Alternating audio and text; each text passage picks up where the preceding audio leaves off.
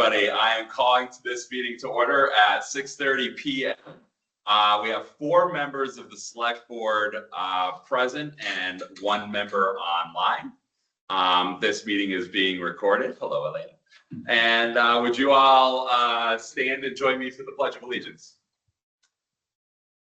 I pledge allegiance to the flag of the United States of America and to the republic for which it stands, one nation, under God, indivisible, with liberty and justice for all.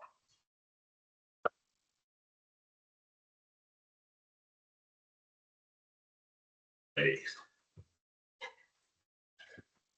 So on the citizen statements and petitions, if there's anybody online or present in the room that would like to address the board, please indicate so now.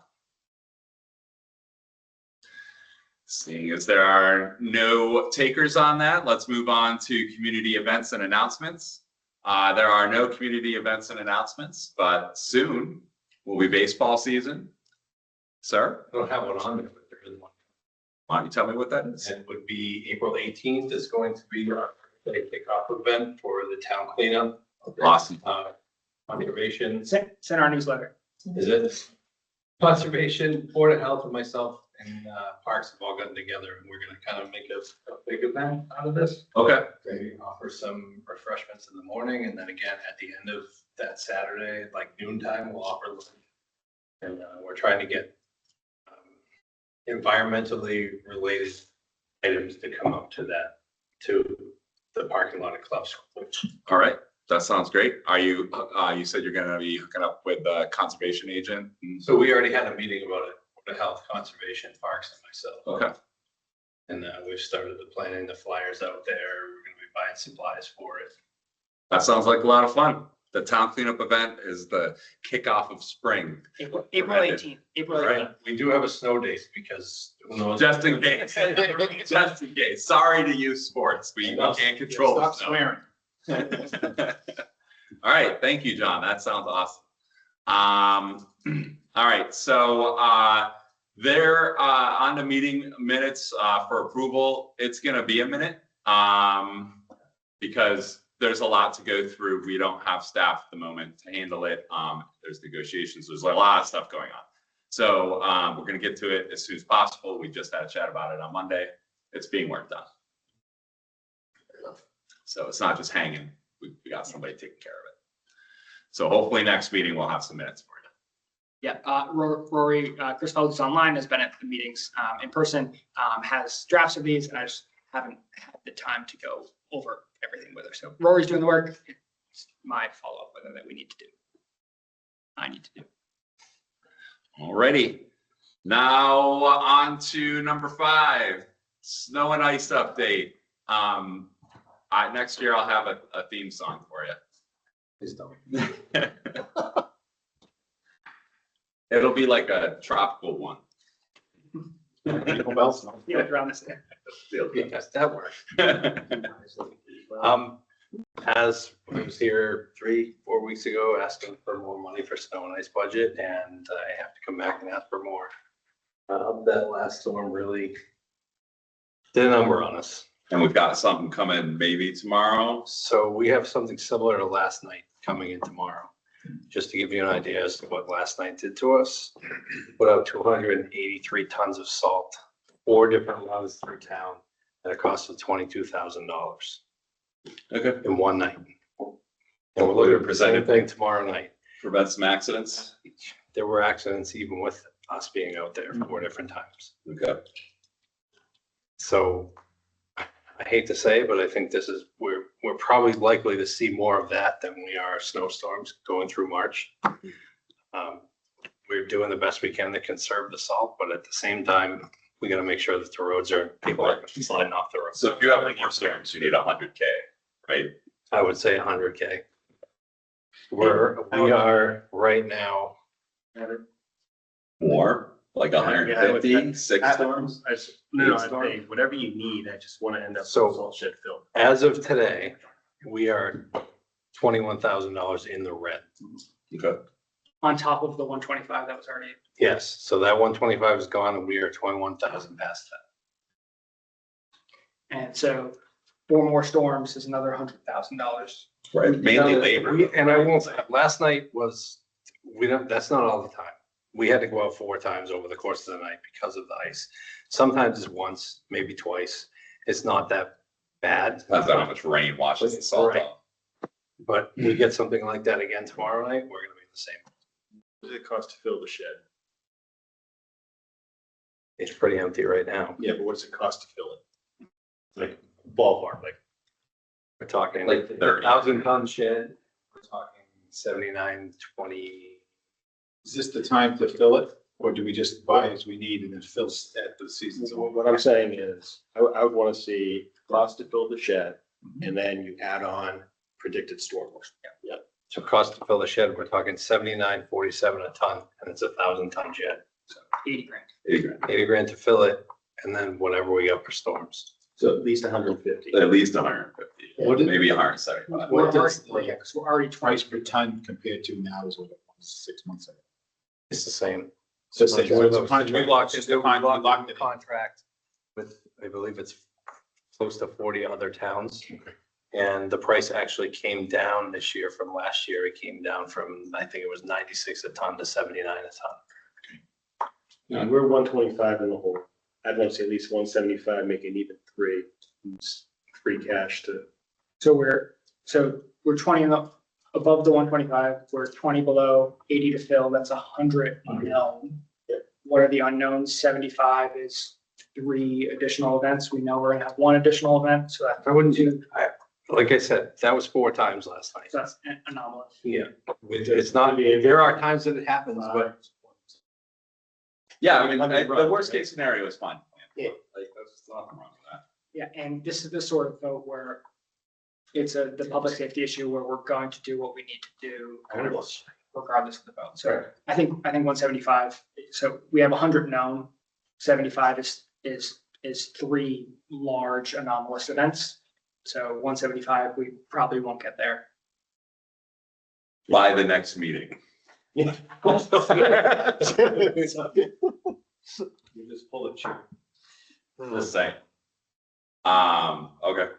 I mean, like, we're being a little lackadaisical. We have a lot of money in free cash and safety wins overall. So like, it's not stressing us out, but the full shed is nice for if we have the problem we had a couple weeks ago. So, the full shed is also nice because next year the price could jump up per ton. right. And then we got it at a better. Right, there wasn't a lot of salt usage last year, so stockpiled up, so they reduced the price, and then we use it all this year, and then next year it goes up. Typically, every year we end the season with a full shed.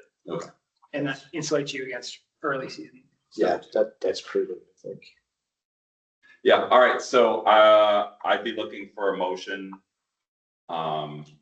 to, allow the, Authorized deficit spending. I was looking for those orders. I move to authorize the highway superintendent to deficit spend an additional $175,000. Any discussion, Mike? Nope. Elena? No questions. All right, all those in favor? Cooter, aye. Shall I? Raleigh. Brugos, aye. Motion passes.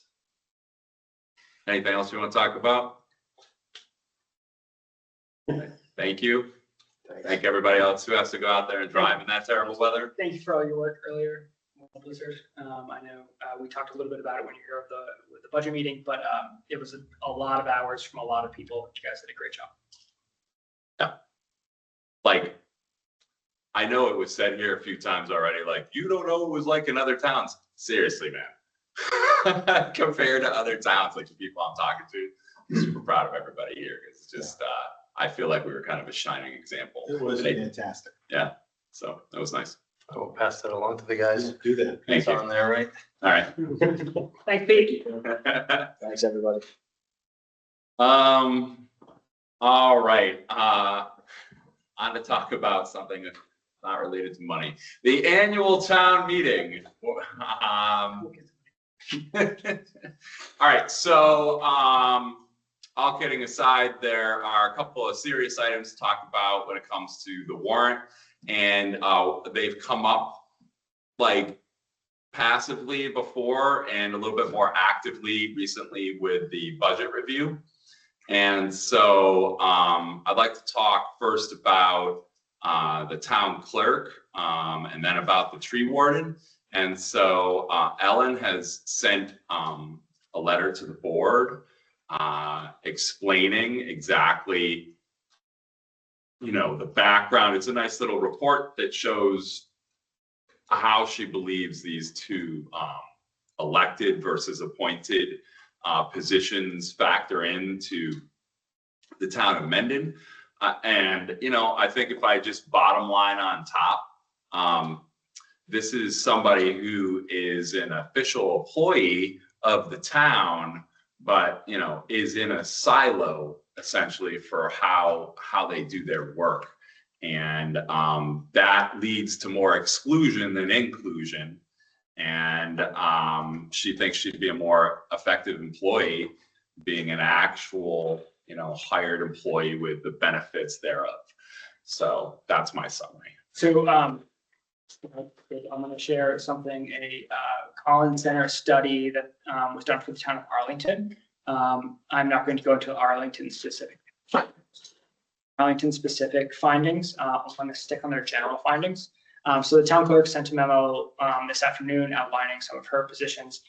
This was what UMass had said, and I think findings 1 and 2 are kind of what drive my opinion on this. It says the municipal clerk has a minimal policy-making responsibility. It's a complex ministerial and administrative position subject to local, state, federal policy, statutes, and regulations. So when I think about elected positions, I think about when the electorate elects somebody based upon are they going to do thing A or thing B, and has that decision-making authority, whereas the town clerk, the role as defined and the responsibilities of the town clerk don't have that policy-making judgment to it. It is ministerial, it is clerical in that it's a processing sort of thing. And then finding 2, municipal clerk positions a highly responsible role in which someone with little training or expertise in this area may have difficulty performing the work effectively until training occurs. So you can have a select board. You can have anybody run for it, and you don't know what you're going to get out of it. But when we talk about complex administrative tasks, I think that it's more suited to a competitive application, interview, and appointment process, similar to treasurer, collector, police chief, town administrator, rather than an elected role. So I'll send this report around. This is something that Ellen sent to me earlier. So I'll make sure the board has it. Again, there's a lot of town of Arlington specific things in it, but there are a lot of general takeaways from it as well. All right, so the one additional thing I'd like to throw out there is that it's been brought up that just like the town administrator, there's belief that we should have a bylaw that if we did change this position would dictate the town or the town clerk's, guardrails, I guess is the best way to put that. Because that's essentially what we're doing for the town administrator. Now, my position on this is that if we're going to do this year, that come after. But that's just kind of my position. That's the way I see this. I am in favor of converting this position, not just because the staff member wants to convert it, because I think long-term for the business of the town, it's just beneficial to everybody, both whoever the staff member is, as well as the manager in charge, just for the cohesion of the staff, because we've seen that culture benefits us. So that's my point of view. I don't know how you guys felt, so that's why we're talking about it here. So Brendan. So my head's in a very similar place. I think going to an appointed position has a couple of benefits. The most important being that it allows qualifications to be set. So you wouldn't have someone showing up having no idea what the statutory requirements are, having no idea that they have to run the elections, et cetera, et cetera. The second thing is that it allows people from outside of town. So if there's a highly qualified candidate that lives in Milford, for instance, or something like that, they can be hired versus an elected position. It's just within town. I mean, that does have some benefits, being a town resident, but it also narrows the pool considerably. So I think that as the town gets bigger, the job gets more complicated and there's more statutory requirements, then it makes sense to make it an appointed position. That's my opinion on it. Mike? And I'm for appointment, and for some of the same reasons we went highway to be appointed, because the job has changed and become more complex in a way that the idea of clerk, I think, actually does this position term clerk doesn't give it its due. It's very And I just think where we are today with elections and such, to have somebody competence in this position critical. I'd agree with you, Jason, in terms of I'm not as concerned with the bylaw, and I think we should also think about if we are actually taking the next step to a charter, that step could address some of the concerns with the bylaw would address. So I think let's make it appointed first, then we can, institutionalize what that job role is. It took us a few years to get from a TA job description to a TA bylaw draft. Yep. I think we should follow a similar course. Yeah, some time to digest. So as we're talking bylaw, the town clerk's current term is up, not this year, Next year. next year. We have a bylaw that says if you serve in an appointed position, you are ineligible for employment in an appointed position for 1 year after the end of your term or after you leave office. I've discussed this with council, and if we say had a town employee who then became an elected official and then resigned from being an elected official, that bylaw does not apply because their employment predates their elected official status.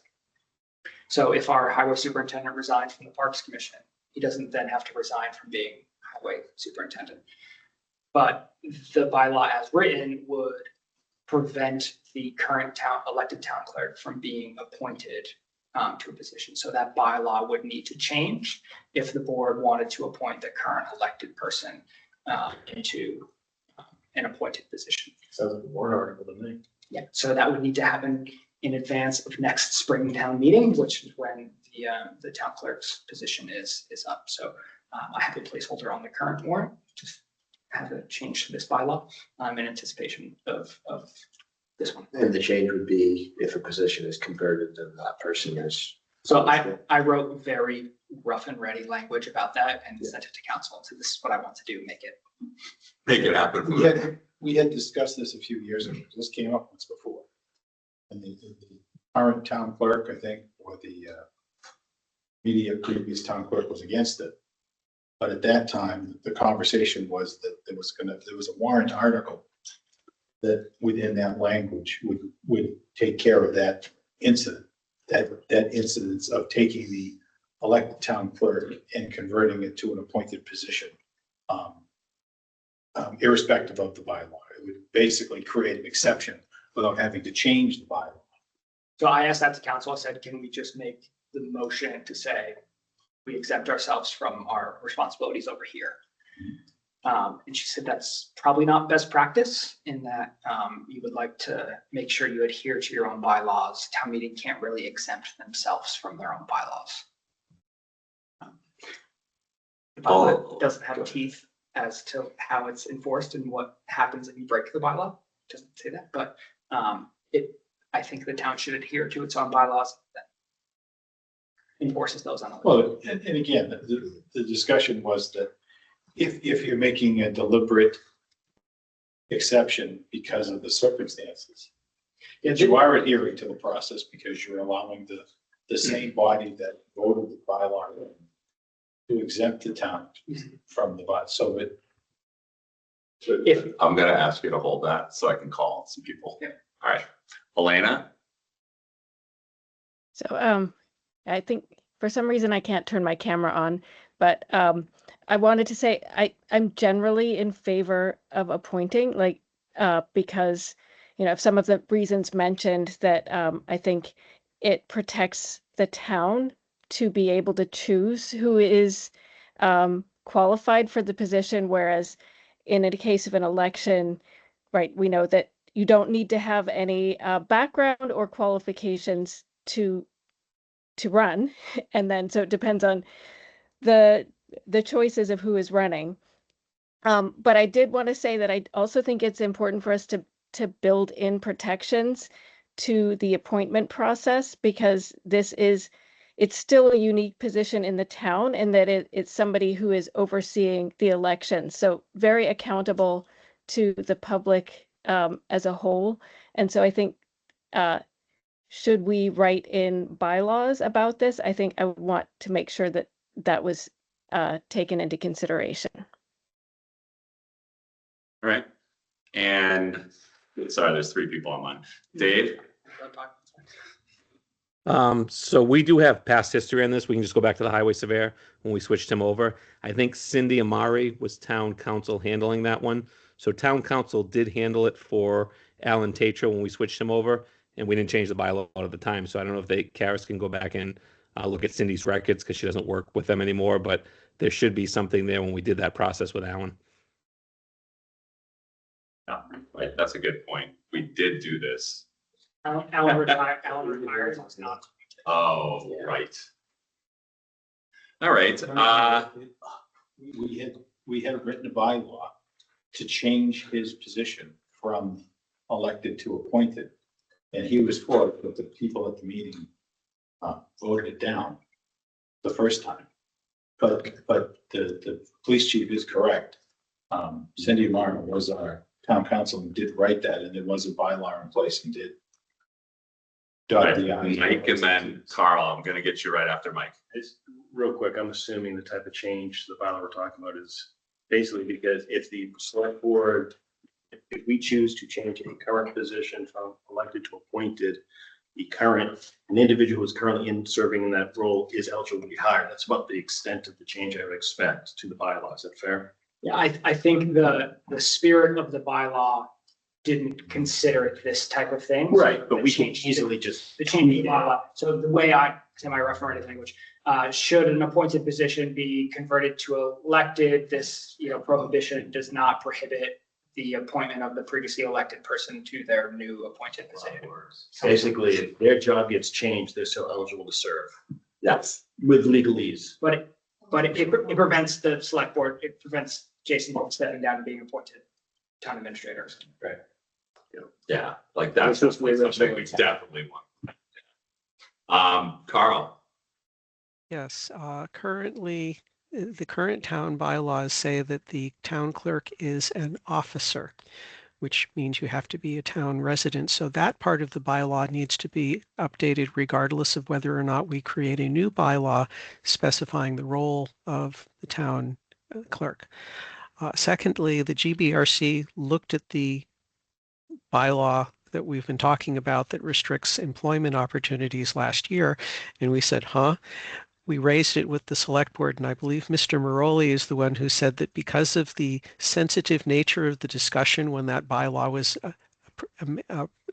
passed, we would need to have socialization in the town to get them used to the idea that whatever happened in the bad old days, we weren't replicating them again today. That's fair. I do remember that conversation. We're not changing the gist of the current bylaw. But we do have to socialize the fact that we're not changing the gist of the. Maybe.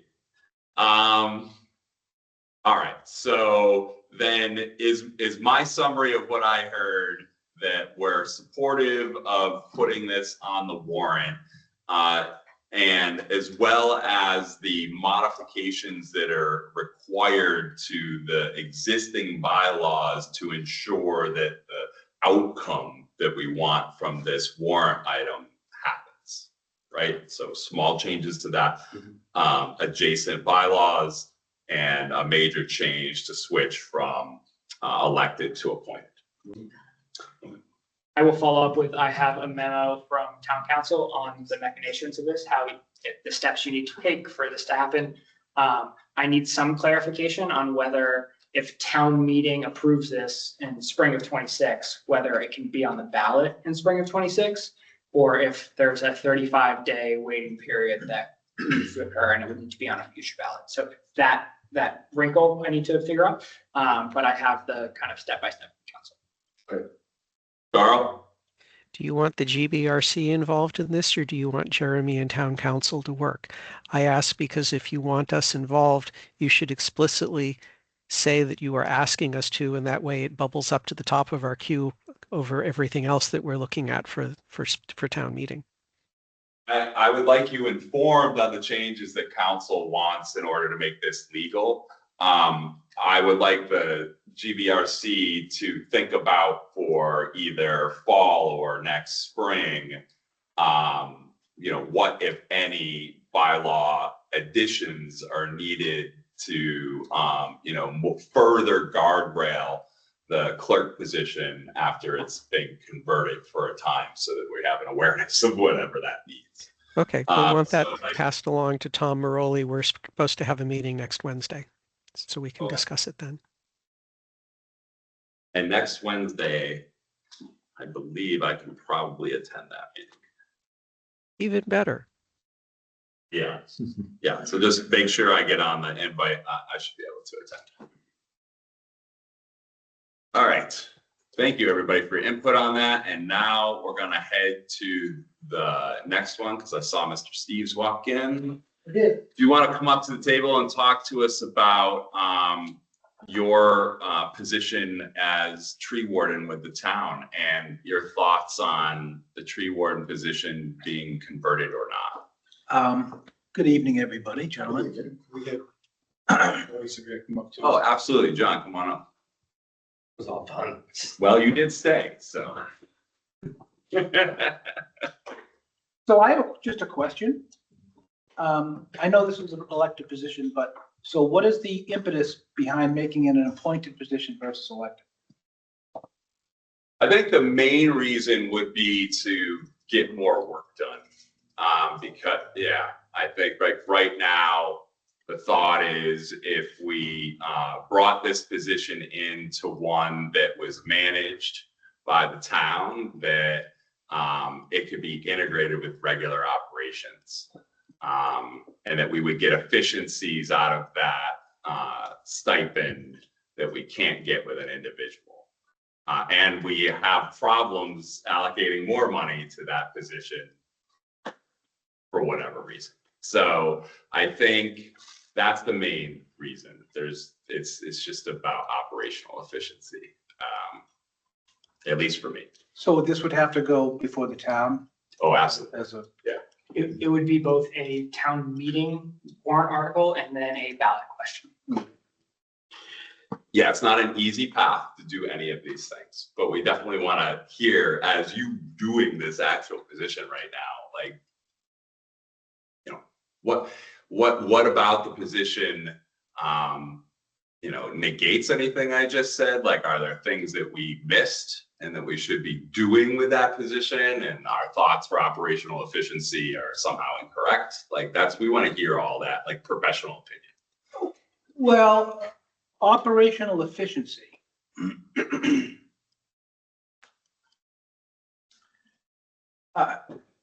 Those are nice words. I don't know what that looks like. More work out of $5,000 is essentially, right? Like, is that right? Is that the stipend? So it's not a person problem. Your bandwidth is limited because you're an individual, right? But if that job was shared amongst a department, we would spread that out. So there would still be a tree warden, but it would It's a be. good question as to what that would be. Yeah, I don't know. But that position would then be managed by the select board. Well, we didn't talk about how we would do it yet. So there's a couple of options. Yeah. You can designate you can appoint an individual who's not otherwise a town employee to be tree warden. You can designate a current town employee who has a job description and say, you are now tree warden, and add that to the job description and pay them more money or not. And then as all sorts of things like cemetery commissioner and other things that are responsibilities of the town that are not otherwise appointed to someone else, that responsibility would fall to the select board. So the select board would be the tree warden. And then it would be up to the select board to be able to devolve that responsibility to someone else and not necessarily appoint them as tree warden, but say highway surveyor, highway foreman, grounds foreman, town administrator. You're now responsible for tree maintenance in town and you have part of the job description. Historically, the plan was to fold the tree warden's role into the highway surveyor, into highway operations. Did we never get around to it? Yes, Or- because, we didn't need to, because what happened was when there was a vacancy, the previous, highway surveyor ran for tree warden and was elected. Okay. And he was both. Okay. And the idea was eventually, when we would make the, we're gonna change it to the highway surveyor from elected to appointed, we were gonna do everything at once. But then at the time, that was voted out, and then other pressing needs, and it was one of the things that, and I say that from, I don't know if that's the official record, that from my memory of being involved in the discussions in the process. Like certainly, and to answer the question about efficiencies, there's an awful lot that the highway department, particularly when the highway surveyor was the tree warden, would take care of over in the course of business during the day. And they would see it because they were on the roads all the time. And obviously, historically, the tree warden, like a lot of other things, was an elected position because we didn't have any full-time people to do anything. So it was somebody who was elected and they get a stipend, a couple of $100 a year, and they just kind of grab their chainsaw and take care of things, especially when there was a storm. It was nowhere near as professional as it is now. And we weren't always fortunate to have somebody like you who actually had a professional background in that particular discipline to do it. So I think ultimately, as economies of scale, and just as the town grows bigger and the responsibilities grow bigger, the idea was to fold the tree warden responsibility into the highway department, just like it was going to be part of parks, and move it all together under one umbrella. Well, that makes a lot of sense, Mike. And John and I work closely on a lot of stuff. In fact, he calls me, I call him, and if it's immediate, needs immediate attention, they're good about bringing a truck out there and a chainsaw and getting it off the road, right? They're like the first responders for the roads. And they do a good job with that.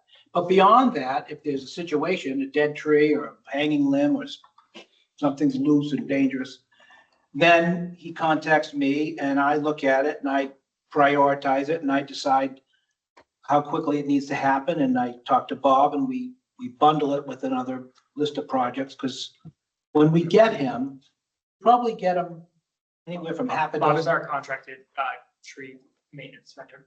Yeah, he's our primary vendor and he does excellent work.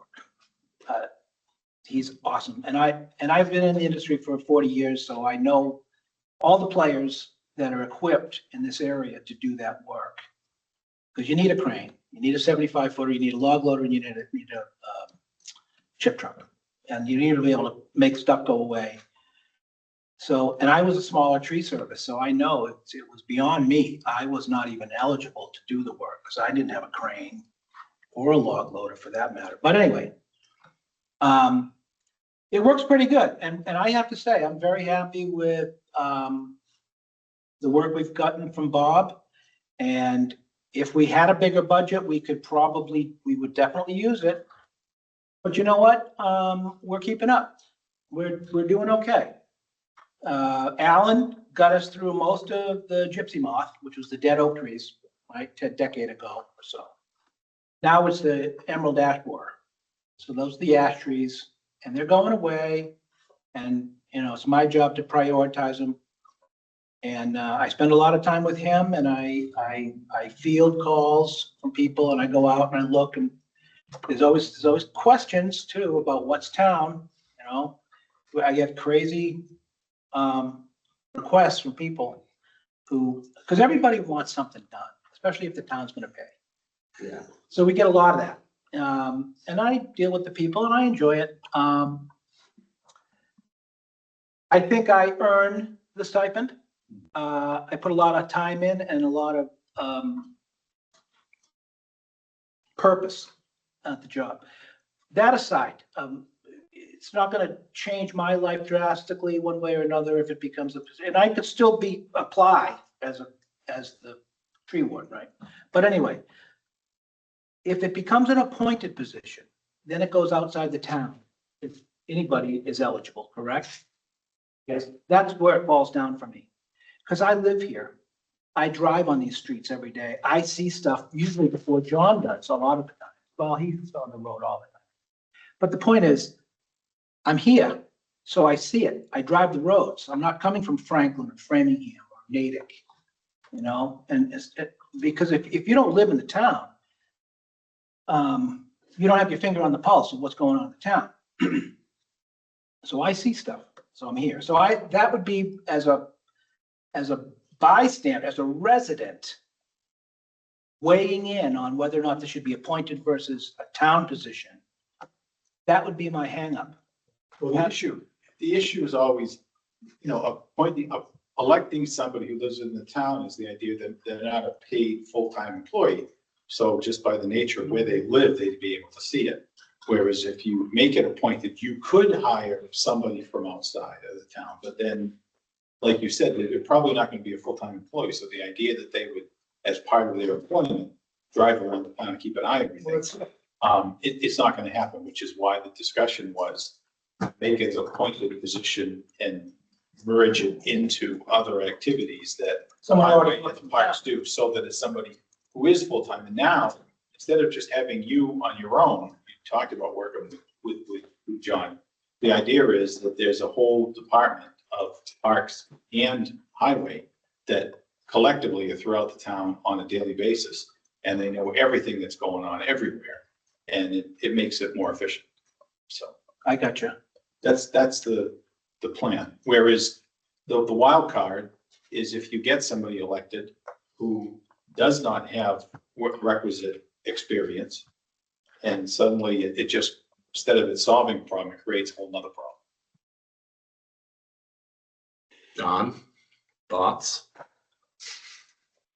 What would happen if we moved the responsibilities of the tree warden into your department? Would you be able to handle that extra load, or would we need to be hiring an additional person to do that job? You're saying take a Ted or somebody and move it underneath that department, or You're adding things to do and add it to your load. for me to do that responsibility? You or somebody in Or your designate somebody. Like I say, okay, a Ted Steves or somebody is working for me to do the tree warden duties. That's doable. For me to go around as a tree warden, I don't have the knowledge of that somebody like Ted has. We're just talking about the role itself, the responsibility. And like, would your staff be able to take that on, or would we have to hire somebody else in to do that job? And maybe you have to think about that, because we're just throwing it at you. We try and do as much as we can ourselves before we go to Ted. Like he said, you know, if there's a limb that's hanging, but it's 5 feet off the road and we can get it down, we'll do that. We'll get stuff out of the road, but it's when there's a big limb that's 25 feet up, or there's a tree that's leaning, and it's stuff that's beyond us because we don't have the equipment to deal with it. Right, but he's just coordinating, so. He's coordinating it. We could do that within the department. So then what about the one thing he's gonna mention in a minute if I don't mention it, which is the arborist side? Like, does somebody have that expertise? We do have somebody on staff that worked for a tree company before. Because that's the one piece, which is the love and care of the trees themselves, which you would not want to lose out on. I don't believe he is a certified arborist, but he was a climber for a tree company for. If he held an emerald ash borer in his hand and ladybug, he would know the difference between those two beetles. I would hope anybody would. Clues in the name. Huh? Said the clues in the name. Managing the work can be done through the department. Doing the work, we're limited on what we can do. Right, I mean, we know there would be a No lot contract. truck. So right now we have a $50,000 a year contracted service budget in the tree, in the forestry line. And that's just to do what we asked them to do, cut down a tree, log a tree, whatever we asked them. And that is not the decision-making part, which is happening right here in this job, correct? So the tree warden is the policy directed So position. $5,000 of the budget is for administration, 50,000 is for operation, correct? It's administration and expertise, because what I'm hearing is there's a level of prioritization about understanding which situation poses the most risk, and therefore that gets prioritized higher, I'm assuming. And that has to do with the level of knowledge that may or may not be available in current staff, is what I'm hearing. And this is the first I'm hearing about this, so kind of. We gotta talk about it all at the same time, is my thoughts. Yeah, but I mean, this particular position, I'd say it's a lot of change. If you would ask me, I'd go focus on town clerk, maybe come back to this one, because there's more to this one. What I've just heard, I'm kind of like, there's a lot here to digest and think about if you go in this route. Absolutely, that's why, But that's why he's here to talk. Because I don't want to make a rash Well, decision. also keep in mind, you have 2 more years on your Yeah, term. I'm just finishing up the first year of my second term. And keep in mind, like, this is not a personal problem that we have with you or your job. We're super lucky to have you. We're worried about when we don't have you, what we're supposed to do about that. Exactly. And that is literally our main worry. You know, And someday that's gonna happen. I right? understand, So- I understand that, and that's, and I've thought about it, I mean, I like the job, I like the position.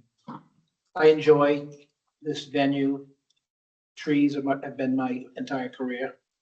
So it was a good fit for me. And I like to think that I bring professionalism to the spot. But taking a step back and being objective about it, the thing that jumped into my mind was proximity. It's hard for somebody who lives in another community to have a good sense of the trees and the streets in the town. And we have a lot of dead ends and issues that I have to kind of juggle into the queue. So it's an ever-changing situation. There's more to it than you might think. Your body language is telling me you do a lot more work than we pay you for. No, I mean, like, that's what, it sounds like, like Mike's saying, the value of your expertise is quite outweighed. There's 2 people who want to chat online, so I just want to get them in here. One of them is another select board member. So Elena, do you want to jump in? I see your camera's working. Yes, thank you. Yeah, so one question that comes up for me is, I know that, so other towns may or may not have an elected tree warden, and I'd be interested in this process of knowing how other towns deal with it, because are there shared services for, say, arborists across towns the way there are for some other inspectional services? Because it seems like it is a very specialized area of knowledge. So I wonder, like, what other options there are moving forward to take those under consideration. And Carl? Yes, while this position may be elected, they are not explicitly identified as a town officer. Do you make a report that gets incorporated into the town meeting on a yearly basis? That's one of the duties of an officer. oh, is that question to Director? Yes. Yes, I supply a report. Yeah, it's the Okay, annual so- town. So it may be that you're actually a town officer, even though that's not explicitly called out. The only other mention of this position in the bylaws is in the scenic roads part, where they participate in discussions with that. So if we do go and convert this from elected to appointed, whether it's in the bylaw or we have a job description, that's something that we would want to make sure that we had. Carl, just one point of clarification. Are you saying that submission to the town report means you're a town officer? No, I'm just saying that if he were not doing that, then it would be a clear indication that he's not considered a town officer. So necessary, but not sufficient. Thank you. Here's what I heard. More complicated than the initial outlay.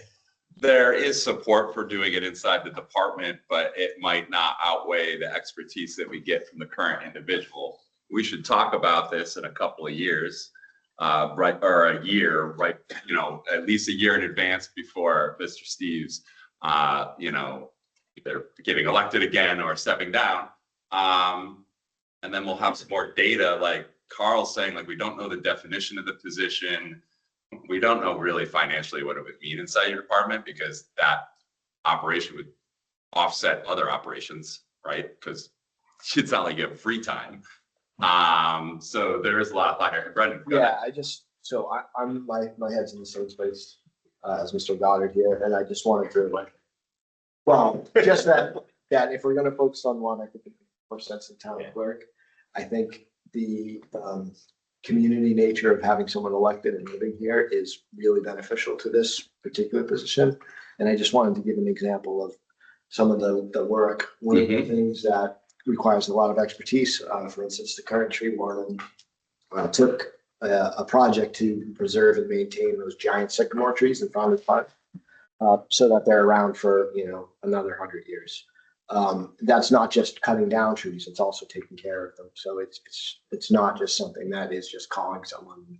Sure, preservation is and conservation as well as cleanup. So I'm just worried about unintended consequences. Act rationally. I got it. Go ahead, Mike. I mean, I feel like we have work in front. We have a lack of information right now to make it as, Yeah, that's what I hear. I mean, understanding fully what the job requires and what it brings to save the trees that Brendan just mentioned. I think understanding impact organizationally to John's organization, and not to overlook Elena's idea. We should front and center that to say, how do other towns handle this, right? Yeah. Are there opportunities for shared service? I think that's a huge, I expect the expertise is limited.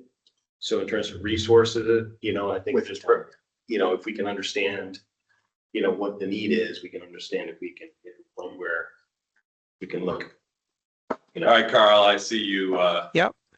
A quick internet search shows that the reason we don't have a town bylaw is because there are two Massachusetts general law chapters, Chapter 87, Shade Trees, Chapter 41, Section 106, that do define the position, and they also discuss whether you are elected or appointed. So further investigation by Jeremy, Town Council, GBRC can clarify this in the next couple of months. All right. Great. Sorry to scare everybody. We really we're trying to have more open conversations about what's going on in town, and these are conversations we never have.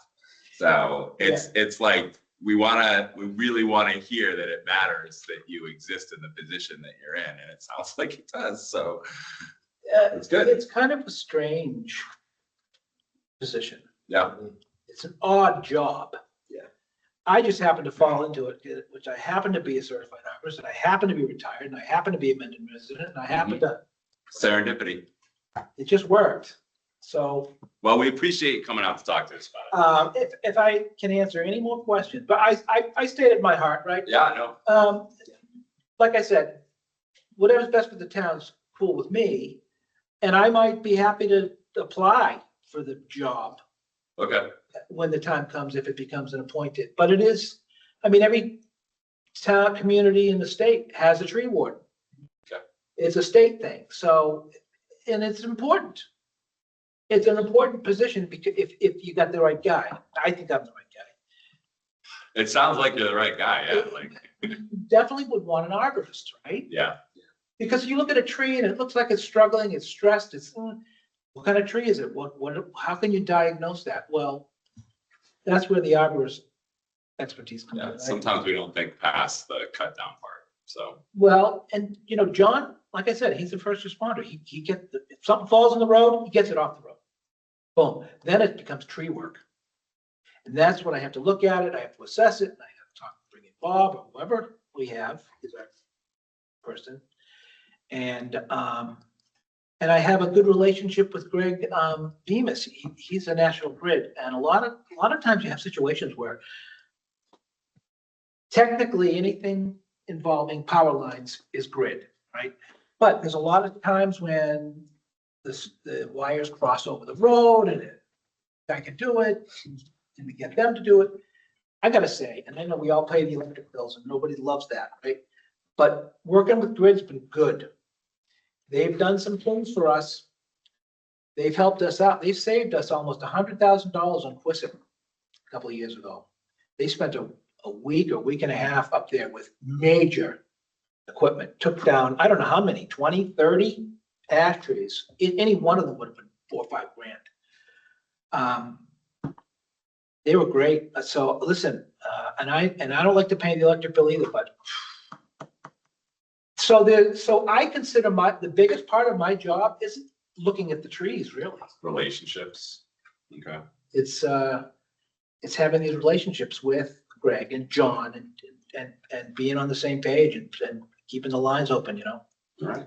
But it did occur to me that it makes sense to have somebody who's in town, who's driving around, who knows the streets, who knows the complexion of the roadways, which is important, which is less, why, and where the town walks are, and you know, the trails and stuff. Because at the end of Quistit, we took down a couple of trees that affected one house, really bit too big. But they also were at the head of the trail that goes up off the end of Quistit. So you've got people who come in to go walk the trails. So there's a lot of moving parts. All right. Well, we will not right now. I'd be happy to come in and answer. We'll probably talk about this again in a couple of months when we've got some data and it's a little slower and we can plan for the future and talk about what this position really means. Yeah. All right. And I just want to say, John does a great job keeping me informed of stuff that I need to know about and taking care of the nitty gritty stuff. Limb comes down the road. Yeah, We're good about cutting stuff back. I said, I get those calls too. And then we have to decide, okay, who's going to deal with this? Right. Anyway. Thank you so much for coming out tonight. Appreciate your time. Thank you, John. Let John go before he gets big head. It's 2 items in a row. Yeah. So we have to let you go. You heard how awesome you were twice in a row. Two times in a row. So I'm done. I'm surprised me and say come to. I'm also ties now. Stay and talk about school budget. Yeah. No, thanks. We hope we got the kids for baseball. All right. Yeah. All right. Letter B.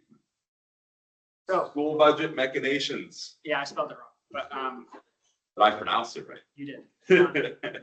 So I spent some time talking with town council today, an hour, about the kind of flow chart of if this then. So I just wanted to review that with the board and make sure everybody understood what we're allowed to do and what we can possibly do. So Just before we get too deep, because wait for everyone to get back, I just want to make the last discussion, I want to make a point that the expertise, you know, the arborists and stuff, hugely important, I think. I realize that more just when we look at the conservation agent that we have on staff. I mean, just adding that type level of knowledge and expertise is 100-fold in terms of benefit to the town. Mhm. Same with planning. So, so I think we need some level of expertise, and I think the conversation's worth continuing. Because I do think Yeah, I do too. there are economies of scale, clearly. I was thinking about a couple of things he was talking about. And so I think like when you're just focused on operations, it's hard to see, you know, what got you there in the first place. Yeah, but the more we understand what he does, it's contracted operations, which clearly could be dovetailed. Yeah, he's like a project manager. Right. Yeah. But he brings a level, either the arborist side, and understanding trees is a specific knowledge set that I would guess most people don't have. But that doesn't mean that knowledge that doesn't exist in other places. If that's, I mean, it was funny because I kept leaning towards that, but he kept dismissing that as sort of a major part of his job. So I was kind of like, okay. But if that's a 10% quotient, a 25% quotient of that role, that is a shared services opportunity. An IMA, just like we've done on some of these other commissions. Yeah, I think when you get to a certain level of expertise, it just becomes so natural to you to do those things. You don't count them as part of the work. Yeah, yeah. The one thing I'm a little nervous about an IMA, if they have a large area to cover, is getting eyes on them. Because if you don't have that background in the first place, you may not know that there's an issue. No, I agree. My previous community had an appointed tree warden, who was the parks director, who spent 40+ hours a week in town driving around doing stuff. Anyway, right? Yeah. I spend as much time in Mendon as I do in Bella. There's, I won't weigh it too much, but if you have an appointed person who works here, they're here. Yeah, that makes dog tactics work. All right. Tell us about the different things we can do on the warrant slash So polls. Before you get started, do you think just for the record, you think you could, summarize the problem statement? yeah, certainly. So Problem statement, you engineer. You. sorry. Yeah, I wasn't familiar with the term, but I got it. We are part of a regional school district. Is that you? So we're part of a regional school district who submits to us a budget request certified by the regional school district committee. The select board is then bound by our regional agreement under an obligation to submit that certified budget request to town meeting for approval. So if the school committee says we need X amount of dollars, select board does not get to say you get X minus $1 and submit that to town meeting. Whatever school committee submits and certifies, we are under obligation to put in our budget and submit to town meeting. How we fund that is entirely up to the town. So if the school department asks for $10 million more than we have available, we can ask for an override, or we can, not provide all sorts of municipal services and do that instead. The school committee is agnostic, or school department is agnostic as to our funding mechanism. So when we say the school department is asking for an override, they're not asking for an override. They are asking for a certain dollar value, which we cannot fund without an override. Or loss of municipal services. Correct. Thank you. That's, yeah, it is not a foregone conclusion. If we want the community to do what we are doing, then an override is the perhaps the only option to get there. So the school department so we had a multi-board meeting last week. The school department laid, and I encourage folks to watch it. The school department laid out the many budgetary problems that they are facing, driven a lot by health insurance participation, not necessarily rates, but participation above and beyond their expectations in their program.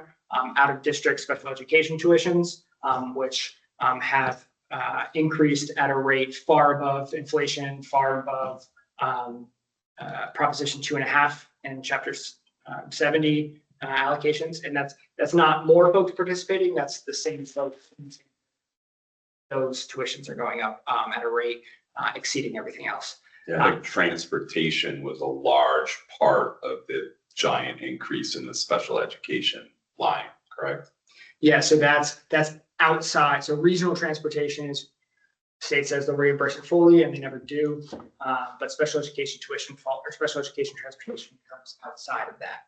And that costs. So there is what's called circuit breaker, and the state reimburses part of that, but there's a 2-year lag. It's not a full reimbursement.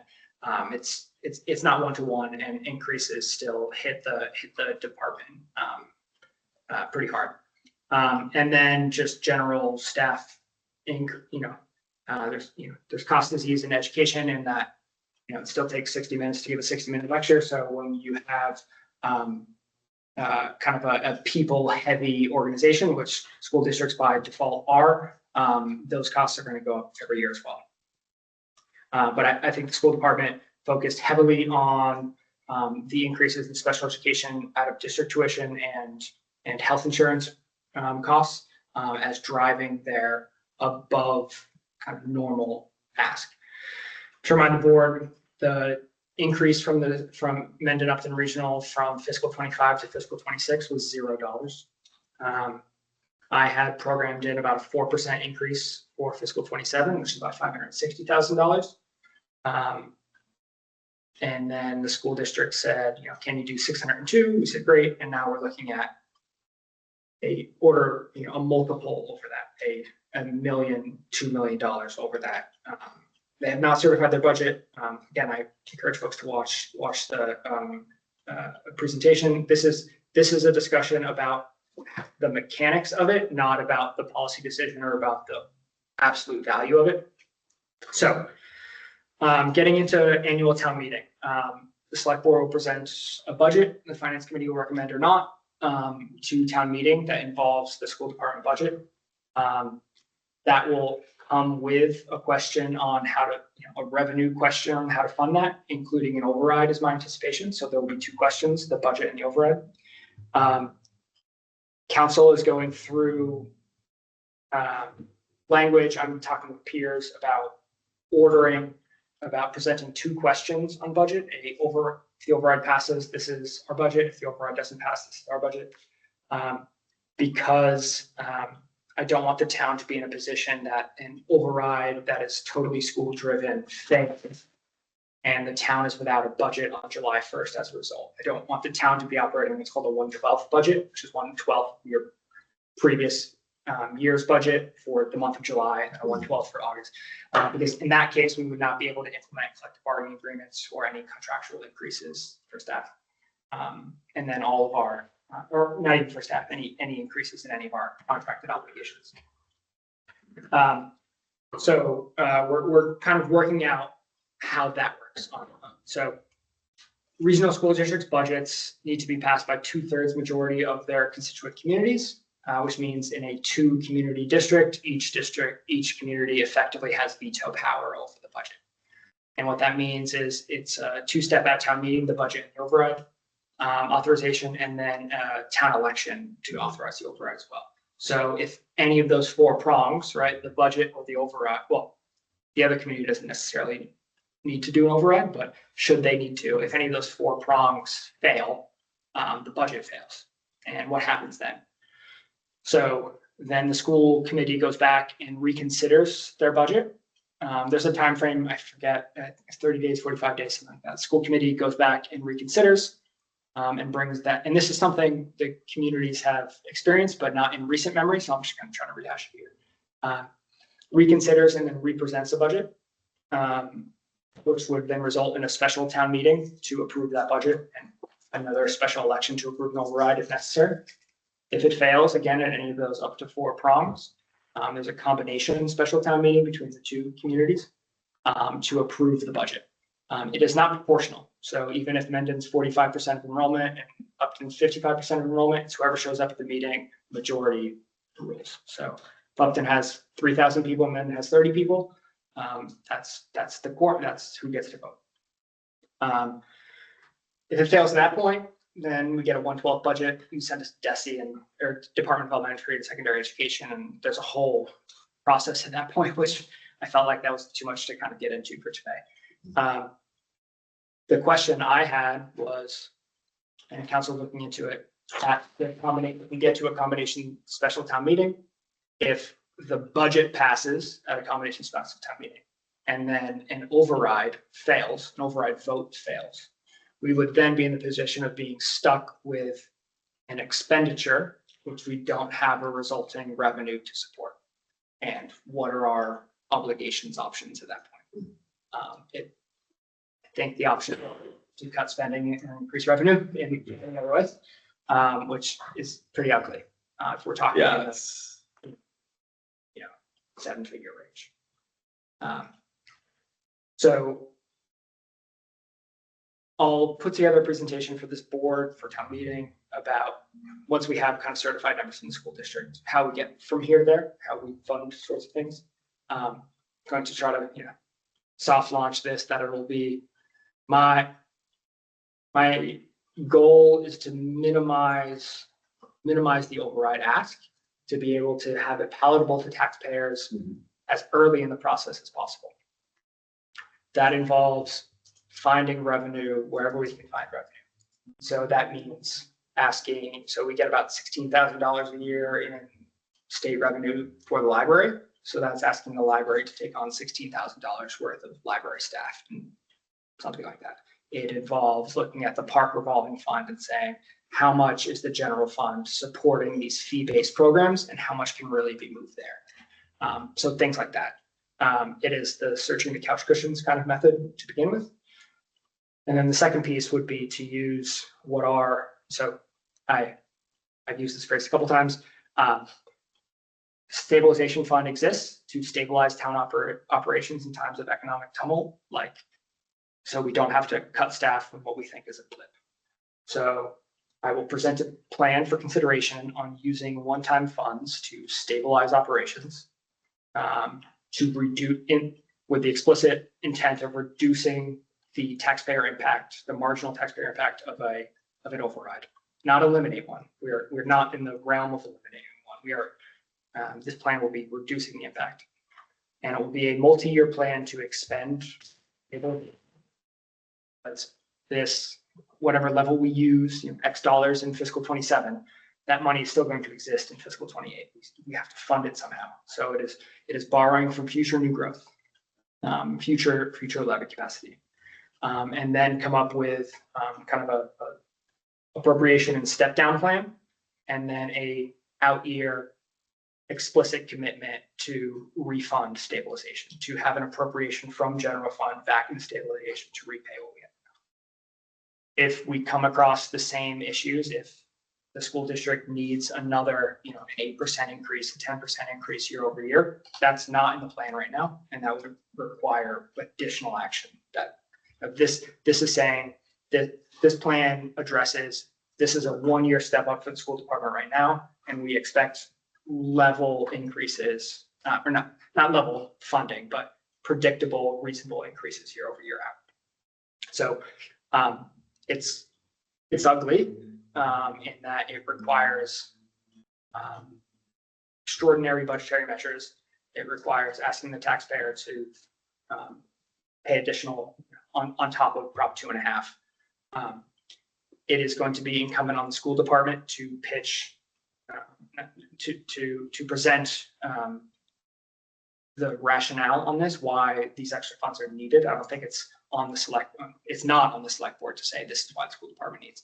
But I think it's incumbent upon my role and the select board to say, here's our rational way on how we fund this. And it's all trying to minimize taxpayer impact in the short term, because even though a debt exclusion is distinctly different than an operational override, when it hits your tax bill, you don't get a couple different lines and you don't get a paragraph on what it means. It is a tax increase, kind of at the end. So coming a year after a debt exclusion to come with an operational override that has a yearly cost that is greater than that debt exclusion. Twice as great. Is potentially, it's like I said, incumbent upon the school department to explain the rationale behind it. But that's kind of the machinations. I reached out to our DLS rep. Actually, reached out to DLS to say, who's our DLS rep? I asked counsel, and she said, talk to your finance director, which is kind of like when people tell me to talk to our purchasing officer when I have a question. Yeah, like I will definitely talk to myself later. Yeah, I'll spin around in a circle. So I have an inquiry into DLS just to make sure that these second and third and fourth order steps we have an understanding of, because I want to be able to more succinctly than right now, it's my preference, to say to town meeting, here's what happens. Can you also find out in the worst case scenario, I hate to be even asking these questions, but I don't know what all the services we're required to provide are. What are the core services the town is required to provide, period? What do we have to pay for by law? So that we can at least start from someplace. Because that's going to have to be part of the explanation if we ever get there. And I'd like to think on it for a while before if I ever get there. I think that's not questions anybody wants to talk about, but that's probably important. Because if it's everything that we said we would do or whatever, it just changes everything. Yeah. Boy, we ended up in a much darker place than I was going, honestly. I think we have to remember that in general, most of the town realizes an operational override based on the school's needs was coming. I mean, but we've been communicating that for multiple years, we're at the cliff, et cetera. I think the amount is the thing that struck me. I think we have an opportunity to mitigate the impact of that amount in a very real way, as Jeremy explained. And I think that to this idea of socialization around some previous topic, I think we need to plan on having multiple meetings just to prepare people for the town meeting. So that conversation at ATM has to be had 2 to 3 times before ATM. Agreed. Either in our meetings or especially, get out in front of people saying, you want to be here to understand what's coming. You know what I mean? Yeah, no, I understand. But I think we shouldn't lose sight of the fact. I mean, to me, it's the timing and the size. It came a little sooner than I thought, based on last year's. They did have one slide. You had mentioned that we knew this cliff was coming. They had that slide that talked about the 10-year horizon, and that at 5 years you should have been doing this type of thing, but that because of COVID and the monies and everything that they had gotten afterwards, they were able to stretch this to 10 years. That was a selling point, I think, that they were trying to push. But the downside is when they did the last override, it was basically communicate every 5 years before I need an override. But it didn't happen for whatever reason. right. But we're here now. I think the biggest thing in my mind is making sure we get into a multi-year financial plan in collaboration with the school to fit with our multi-year plan, because that dealing with this budget a year at a time doesn't work anymore. And I don't, I'm not entirely sure that your explanation that, basically the school certifies a budget amount, dumps it in our lap, and we just have to figure out how to pay for it. I think it's a little too simplistic, because I know there's been discussions with regional school districts before where they would actually have a joint town meeting with both towns that would have to vote if one or the other basically had the veto about not how much to do it. I think there's more to it than that. Either that, or maybe it's like a lot of other things has changed. That's 3 of the stuff to help. Yeah, well, but that's all I'm saying is So once school committee, it's pretty clear in the legislation and then our regional agreement that once school committee certifies a budget and presents it to the select board has an obligation to present that to voters. oh, sure, absolutely. But if the voters, one or the other turns it down, So then school committee reconsiders and they have to come back with a number equal or less. And it's my understanding that they have previously come back with an equal number. Again, I can't speak for this board, let alone the school committee, so I have no idea how they would then react to that. But when they come back with that recertified number, the board is then under the obligation to put that recertified. So there is not. It wasn't that long ago. I remember it quite clearly. Board. It was the same number. So yeah, there is not the discretion from this board to say. So this is what I joke about, but I say with a regional school district, I get to outsource both my headaches and control. So if this was a municipal district, you can just say, no, I'm submitting a budget $1 million less or something like that. But then you would have to, deal with all the things that come along with a, $40 million department. but my understanding was that at some point, even though they recertify it, if the townspeople refuse to pass the budget at town meeting, then ultimately at some point it becomes some type of a joint town meeting with the two towns to try to reconcile. Because if you're at a point where. But if it fails there, then it's just back to So if it fails somebody there- has to figure that out. So that's the 1/12. So if it fails at the joint meeting, then we're at a 1/12 budget. And if the budget is not adopted by the end of December, then receivership is too strong a word, but DESE takes Department of Elementary and Secondary Education takes operational budgetary control of the district. Yeah. And then like I said, I don't know what happens from there because then we're in The whole thing is set up to help everybody come to a consensus and solve the problem. Shove it down. I think it's painful by just. Yeah. But no budget's been certified yet. Right. Yeah, you're right.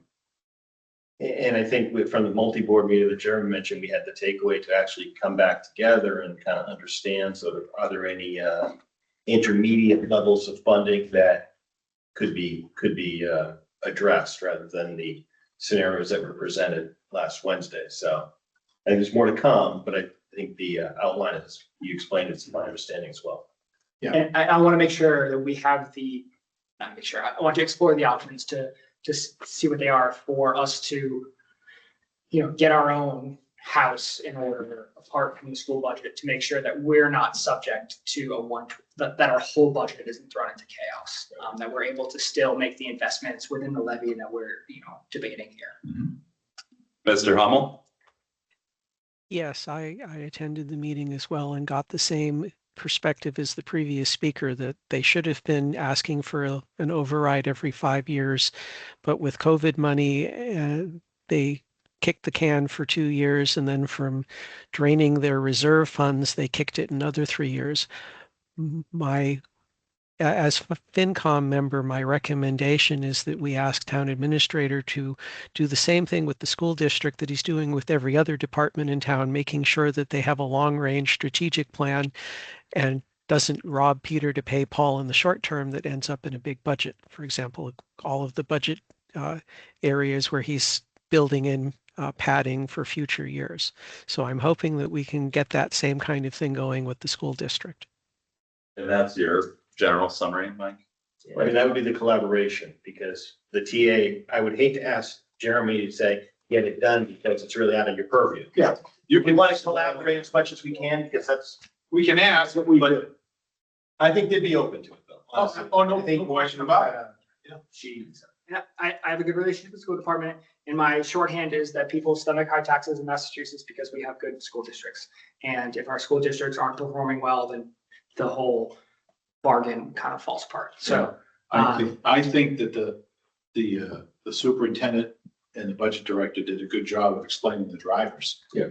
And actually, the whole idea of, well, it wasn't that they were able to avoid asking for the override because they realized how difficult it is to convince people for particularly an operational override.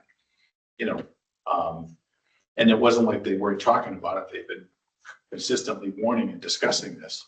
I don't think anybody expected the kind of jump, the 1 year jump in health insurance and in special needs costs that they do. Plus just some of the other changes in other, charter schools and And school options. federal budgets affect them a lot more than they affect us as a municipality. And the state, frankly, level funding everything for the last, Right, multiple state money years, was also. which they very never small. did before, because it's just a combination of situations.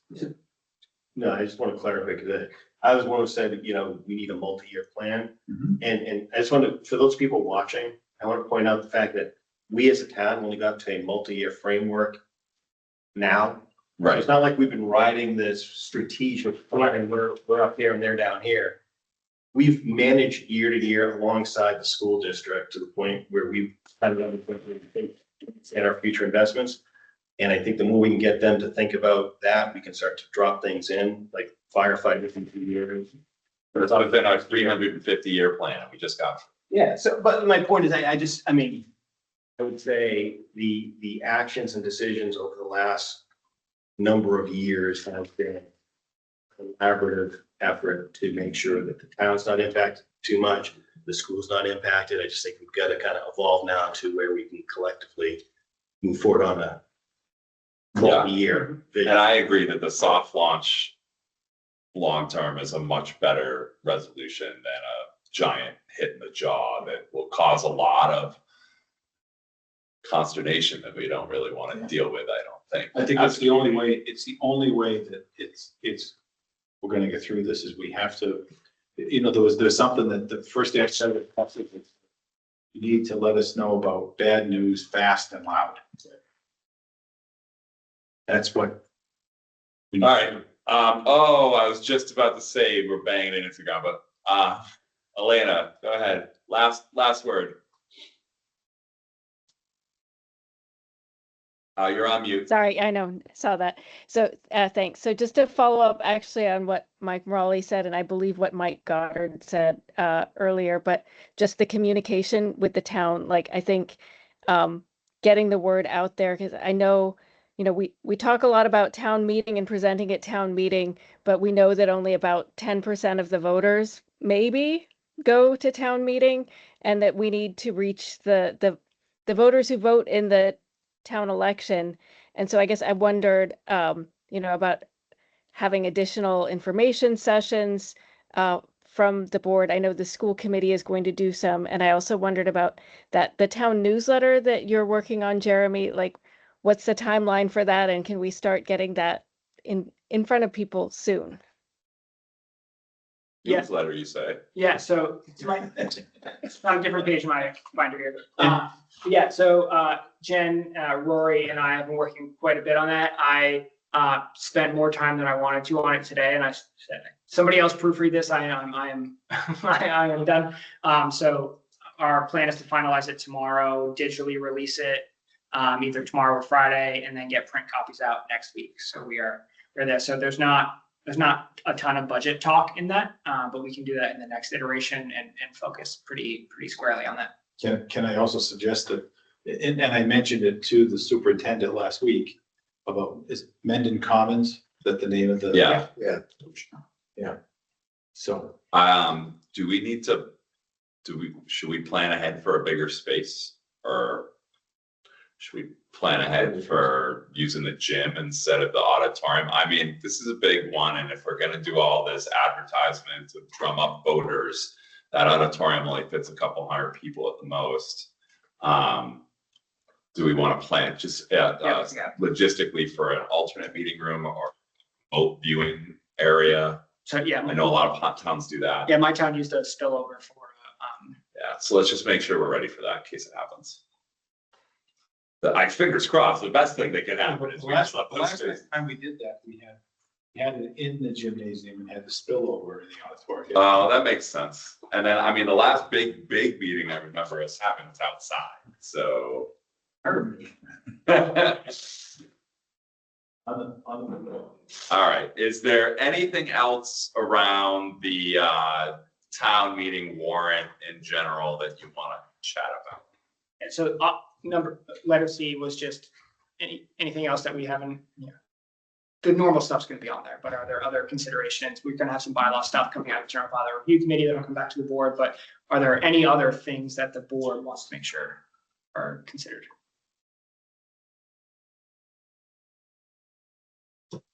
Okay, I think like this and the noise bylaw will drum up plenty of participation, so that'll definitely hit one of our goals this year indirectly. All right. Madam Town Administrator. Yeah, acting. Why Not until he's gone. don't you come up and talk to us about the last personnel Last policy? personal policy, did you send it out? Yep. Okay, Yep. so I have gone through this with a fine tooth comb. I have incorporated all of the changes that were requested. I spoke to a couple of other employees to make sure that their changes were in there and everyone was in agreement. So now you have what I hope is the final iteration of our employee policy manual for now, until we amend it with the policy we discussed the other day. But yes, so this is what we have. I'm not sure if you want to vote on it tonight. My plan is when we do send it out to employees, we're going to use our payroll system that we have, and it can go out through that and they can get reminders and sign it and send it back, and then we can keep. Okay, you just get like a notification. You can have a list of employees that read it. Well, no, they have to then acknowledge it and then upload it to me, and then we'll have it. Okay. So, so basically, I'm just gonna say to the board, do you have anything to stop us from taking a vote tonight? No. All right, so then, yes, we would like to take a vote tonight. So if it's really just all the fixes, I mean, I read through it, but I didn't have any of the ads. Elena, are you happy with the language that was put in there? Yes, yes, thank you, Jen. I worked with Ellen too on a couple of them because I felt like they were state statutes, so we got the language. I Corrected. appreciated that. Yeah, thank you. Not a problem.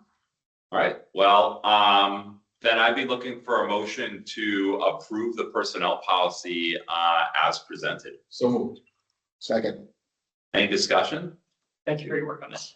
Yes, time to be done. When- Oh, that's a good point. We can do a separate. Yeah, well, let's do it right afterwards. All right, so then let's take a vote to approve the policy as presented. Cooter, aye. Yes, Mrs. Kudos.